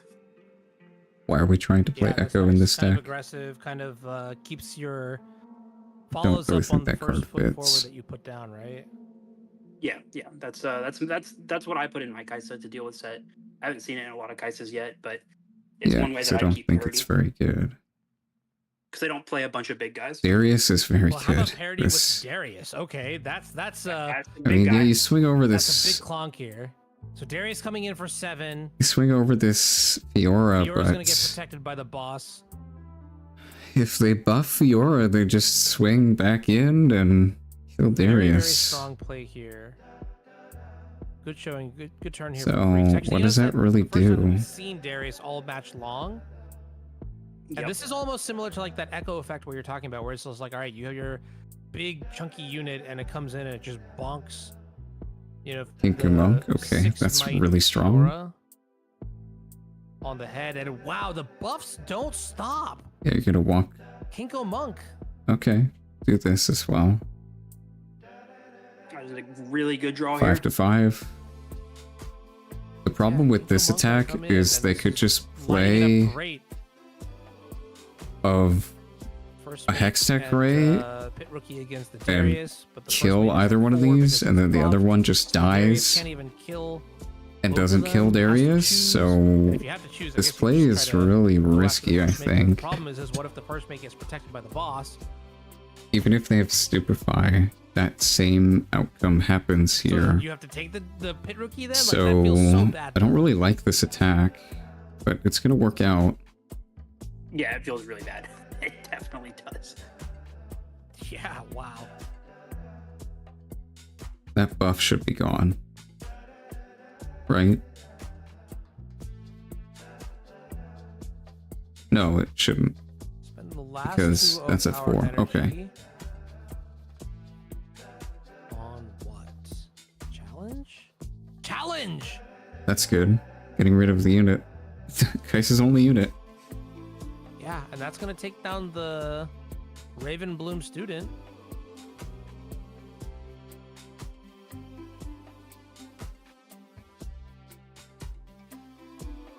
Okay, well, Set has pretty big board advantage here, Kaisa but now Kaisa's is got left with a lot of runes no and 4 board. cards in hand to the Very little energy. 1 on and Set's only side. 4 cards in hand. Well, what's you're the gonna have to Freaks even draw stabilize the here to board get this out of turn this? or you lose. Watcher is a start. So, I mean, But Watcher doesn't do anything here If it though, is, not is really. enough. Actually, It because clears one of Set's these still alive, I fields, don't think but it's nearly it enough. doesn't Right, like, I'm because thinking Set about, just like, what if you protects play their Watcher unit, this so turn? it doesn't really do You anything. attack the Fiora. She just gets protected by Set. Yeah, and then you And then lose next you have turn. Fiora and Maybe Kinko Monk. Kaisa plus Axe. They're gonna let this die. Okay. So that's not bad. Opting to save Set's protection for Fiora. It looks like we're Which leading it with Void they're gonna- Seeker on. Okay. They save against Darius. Pass the turn. Okay, well, The first Set mate could have potential kills it, lethal here, draw a depending on the card, cards in their hand. Darius Kaisa has no energy, so there's no counterplay. Now I mean, this plays to the board quite nicely. You have to invest both of those. Like, if you have anything, Vendordi, you win. But with what is in play right now, this is the best that I can do. And that's going to take down the Darius here. We're going to go up to 7 points. And that's Fedora GG. Finally is going to die.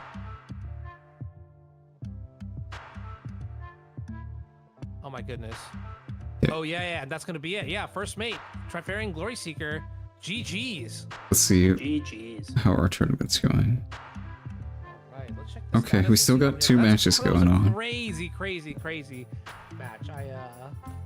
I really enjoyed watching that one. Oh yeah, that was very fun. Well played, Kaisa, and well played Set are always fun to watch. Absolutely. I mean, well played anything, honestly. And these two are like kind of just like masters at the game, so it was really exciting to see. We'll see if there are any other matches that are open and available right now. A couple are. I feel like Kubi's still playing. I'd love to watch Kubi's game.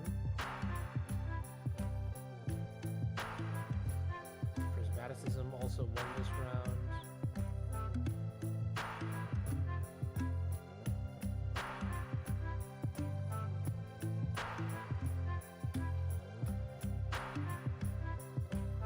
Ghosty and Kendall are also still playing.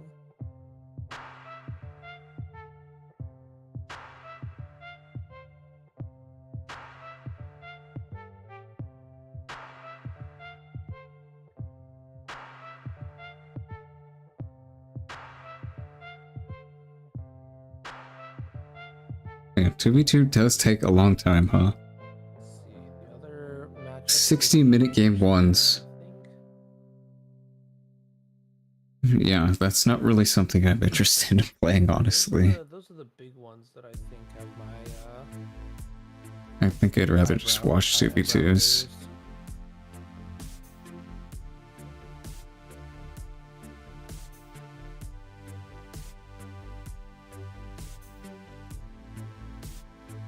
Let me see if I can fix this real quick. Yeah, maybe you want to go ask Table 1 how we can watch their game? That's not the right thing. It might be the same as last time, where the password's just LRCS instead. Try Well, that. I don't even There know we which go. lobby is theirs, TBH. Oh, true. We could look up their username, the host. You could just try both of their names. No, I think that was already tried. Yeah. Oh, was it? Okay. We could just jump into table 7 here, if they're up. It's another L&D. Sure, Frank and Robomaster.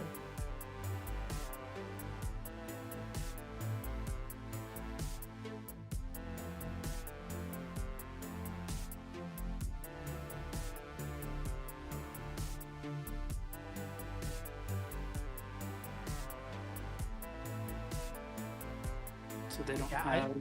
I guess what we're running into right now is just. There it is. Oh, nice. Oh, they entered it as luxury gaming. Let's see. There we go.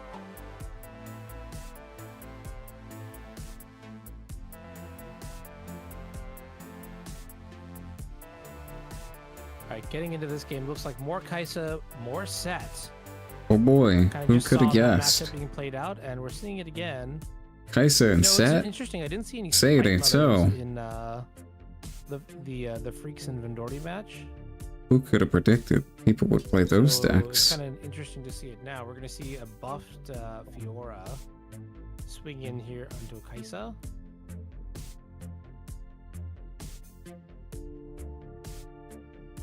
Smoke screen on Fiora. Okay. There's a smoke screen though. Not too bad. Not Hey, too your bad. deflect costs don't even kill the unit. But then what do you do? They're about so this far ahead Katana on that is points though, also holy. potentially attacking. Not really sure what that face down card is, by the way, in the middle of the base. It does look like it has 4 might or something assigned to it. You see the one I'm talking about, right? Yeah, I'm not sure what that is either. That is a graphical glitch that sometimes happens with TTS where the card does not show.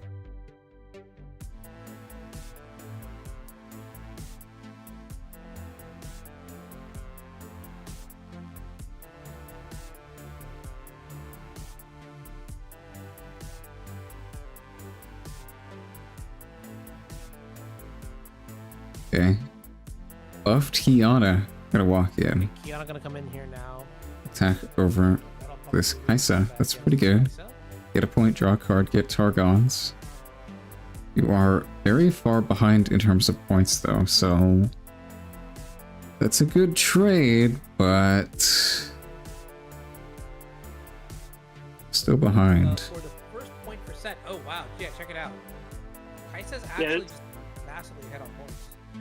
Yeah, this is how you have to approach this matchup is Kaisa. You have to be the aggressor and get early points, and you can't play like you're losing the slow control grind game.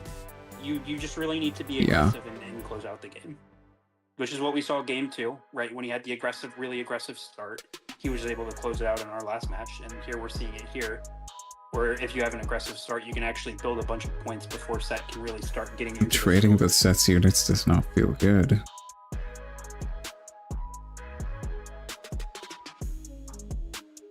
There's a really famous Gotta Magic pay the a bunch of Gathering deflects, article, and you don't way even back get in to the kill day stuff called much of the Who's the time. Beatdown.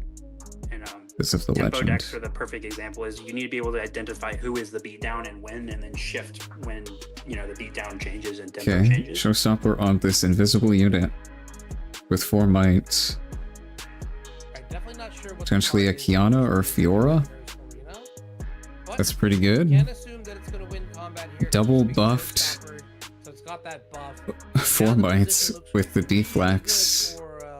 That's rough to deal with for Kaisa. Hello. Files? I like that. That's like a way of life. Just always be the beatdown. I like playing always be the beatdown decks too. They're very fun. Okay, 6 Yeah, energy. What do we showstopper's got that can brutal, deal with That's this? for sure. This might be another dev turn. I don't know, honestly. Early point lead established. Now you can sort of like reap the reward. Leave would which be is like, pretty okay, good. I can afford to like pass the turn here. Give you those 2 points, but I'm not that Not far if they have Call behind. the Glory, though. And now next turn I can just use the board that I've built up to sort of secure. You're probably only going to be able to kill one of these. Leave plus Darius would be excellent. Maybe try to See, find some other okay, they don't have that. Just gotta build up a base and we pass. also, I'm also laughing at Okay. that we still don't know what this 4 mic I mean, is. It's they have just the buff. points lead, so I don't hate that play. Development. Check it out. Here's 2 might, 2 might, 1 might. Set is gonna That's a lot of units probably that is coming into play now. just pull both of these units back and attack next turn, I would imagine. Instead of trying to There hold. never was a development turn like this is it, right? Double Ravenbloom student that has the potential to be super powerful. Trying to hold here puts Kaisa in the driver's seat with how they want to deal Say with the this name if you board. hover over it. Not sure. Great question. I think we're watching a And spectator if they have right like now. a watcher, that's extremely good for them. Even Darius plus something else is really good for them as well. So Yeah, we I did it would this like way, so that pulling way, our no one units can back into stream base. snipe Okay, and look at I'm gonna hands. choose If we not have to hand do that. information, Let's see we how can well master that will be able to look at goes. hands. And we don't want people stream sniping. Maybe and they have a cheating by Call to looking at Glory in their front hands. hand.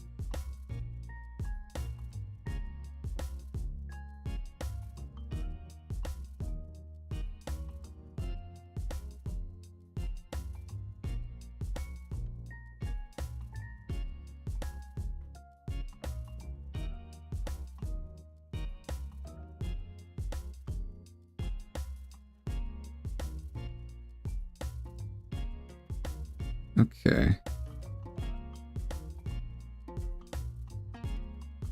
Smoke screen, maybe. All right, so finally we get back to the Kaisa's Yeah. turn here. Pay the deflect cost. Now we need to make a move, and it's going to start with smoke. Kiana's down to 1, so Smokescreen is going to target this mysterious card that we don't know. they have not played the deflect cost. It might be a Kinku Monk, though. It might not have deflect. And combat. Raven Bloom into this unit. Okay. Likely going to win this 3 to 1. Yes. Also kind of expecting this unit to just die. Like, we're not going to use the boss's ability to keep this alive. Instead, maybe saving it for something like Brawler or the Kiana. But again, we're seeing the same sort of scenario where it's like Set is going into the mid game with a better plan and then executes on that better plan and now is coming out of this phase with just more resources. Very interesting that we're taking the set buff here because the buff on the unit we're attacking right now doesn't do anything. At least I don't think it does with new FAQ rolls.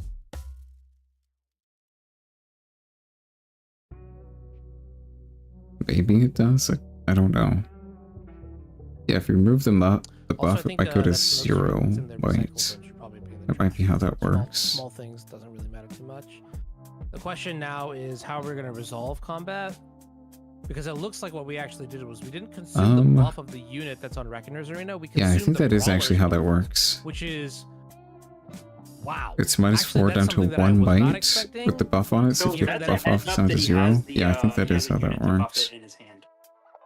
So yeah, you kind of have to take the buff offset here. Or... even though you really don't want to. One is what you said, right? We may have a monk or a pit rookie in our hand. The other is that there's an unyielding might that might just protect our unit from something like a falling star. What did that accomplish? Wait, what? Why did they play that? Actually did go through. So maybe there is no unyielding might, which means this is the turn to have. Okay, it was a Kinku Monk. Got it. Ah, okay. I guess to trade, but that doesn't feel great. Alright, play Yordle. Draw a card, score a point off of the arena, then move in with our 7 might onto the Kiana. Okay. Gonna lose the unit, and we're not gonna be able to trade with Kiana. It really does feel like now we're kind of just like in this tempo game moment where we're gonna get swung back on with both units and lose a lot. Entirely, because the boss just protects the Kiana here. But by having enough points, we can maybe try to squeeze a win out. Yeah. See, how good would Echo have been? Ready to targets. We got 4. Into the Okay. Kiana. Well, not trading because the Kiana lives, but you get That 4 up is really good for us. Yeah, you just get to pass. That expands our range of options by a lot. Yes. Or just slam a bunch of bodies. Yeah, attacking into stuff here without buffs is a little risky, but and then you get to have we're just gonna let that go through, draw a it's really card. hard to generate tempo leads. Yeah.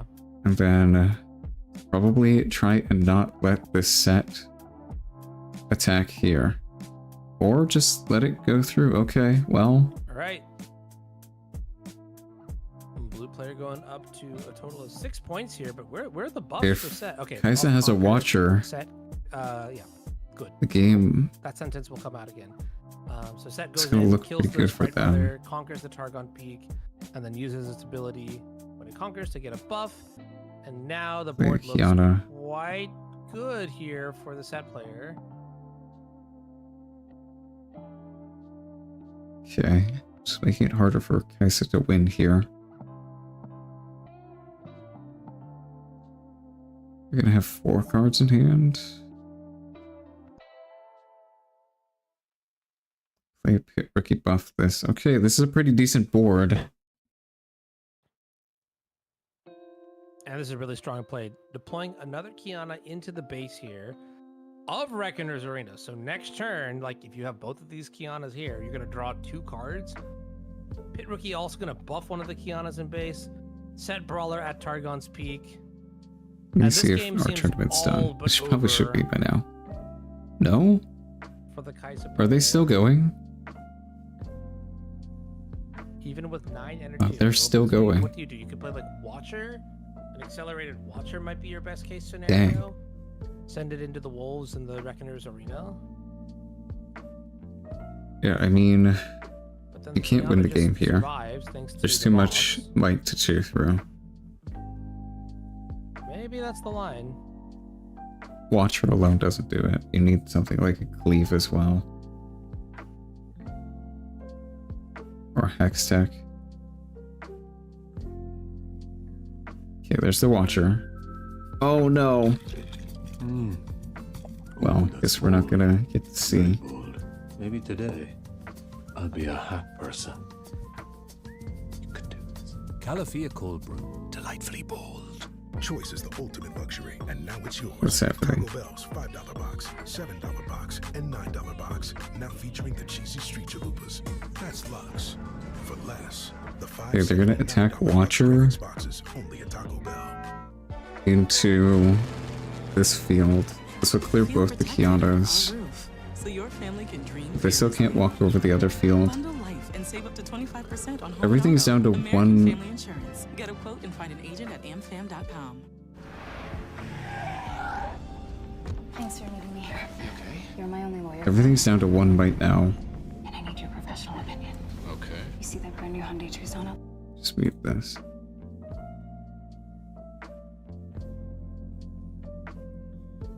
I mean, yeah, if they don't have cleave or get Call to Glory. Buffing up our set. Alright, now they can't really leave.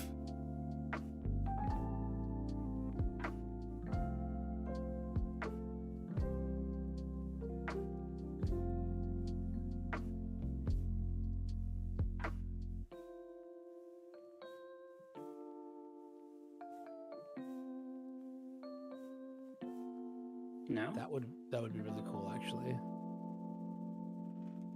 But this way, like, I mean, I think Yeah, what's the set player has set up a board where, like, okay, I cannot lose Targon's Peak this turn. I yeah, will but get they're my gonna have to 7 do this points, Watcher. Yeah. which is kind of a big deal. They need like a first mate next turn to actually win. Pull the set back first mate, bump, attack the Watcher. So, as Kaisa here, you probably just put the Yordle on this field and then try and defend it. You win through holding. What do you think the following turn is going to look like? Any thoughts on what Yeah. cards might be good to see? Set swings in for 8 might. Buffed 9, so he still doesn't even beat over this field. Yeah, pull him back. Spend the buff. He's tapped right now, he's up to 8. You're gonna have to buff him again and play Showstopper first mate. Or Showstopper. Terrible here at all. It wouldn't win though, is the problem. If you show stoppers, it trades with that board state. And then Okay, you can just here's the set second effects to bring buff. back the set back They're to gonna its- need to accelerate it somehow. Ooh, okay, this is good. Pit Rookie gonna buff the set again. It's up to 12, so he swings over. Now he needs to And attack. if set consumes this There it buff, is, set that's goes all the way game. up to 12.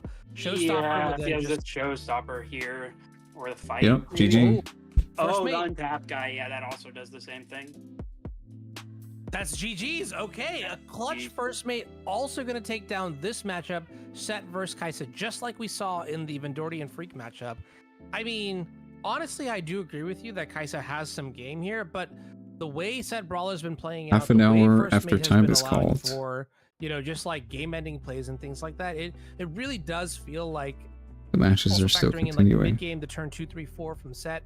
Set see. does just seem by the book ahead. This in format matchup. is I can see why the extremely data's- long, It's huh? probably my own tech that I play that makes this. Yeah, matchup for more 2v2, even I that think I'm we're just gonna have to referencing here. do... But I feel like if you're on the Make this standard real build quick. stuff, For 2v2, I guess we're gonna just have to do... Stop at time of the round, and just whoever has more points wins, because... An hour and a half rounds is not gonna be doable going forward.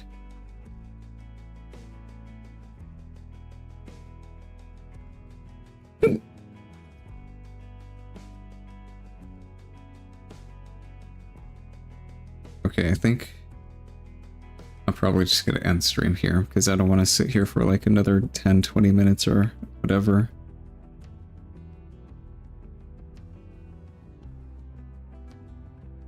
Alright, yeah.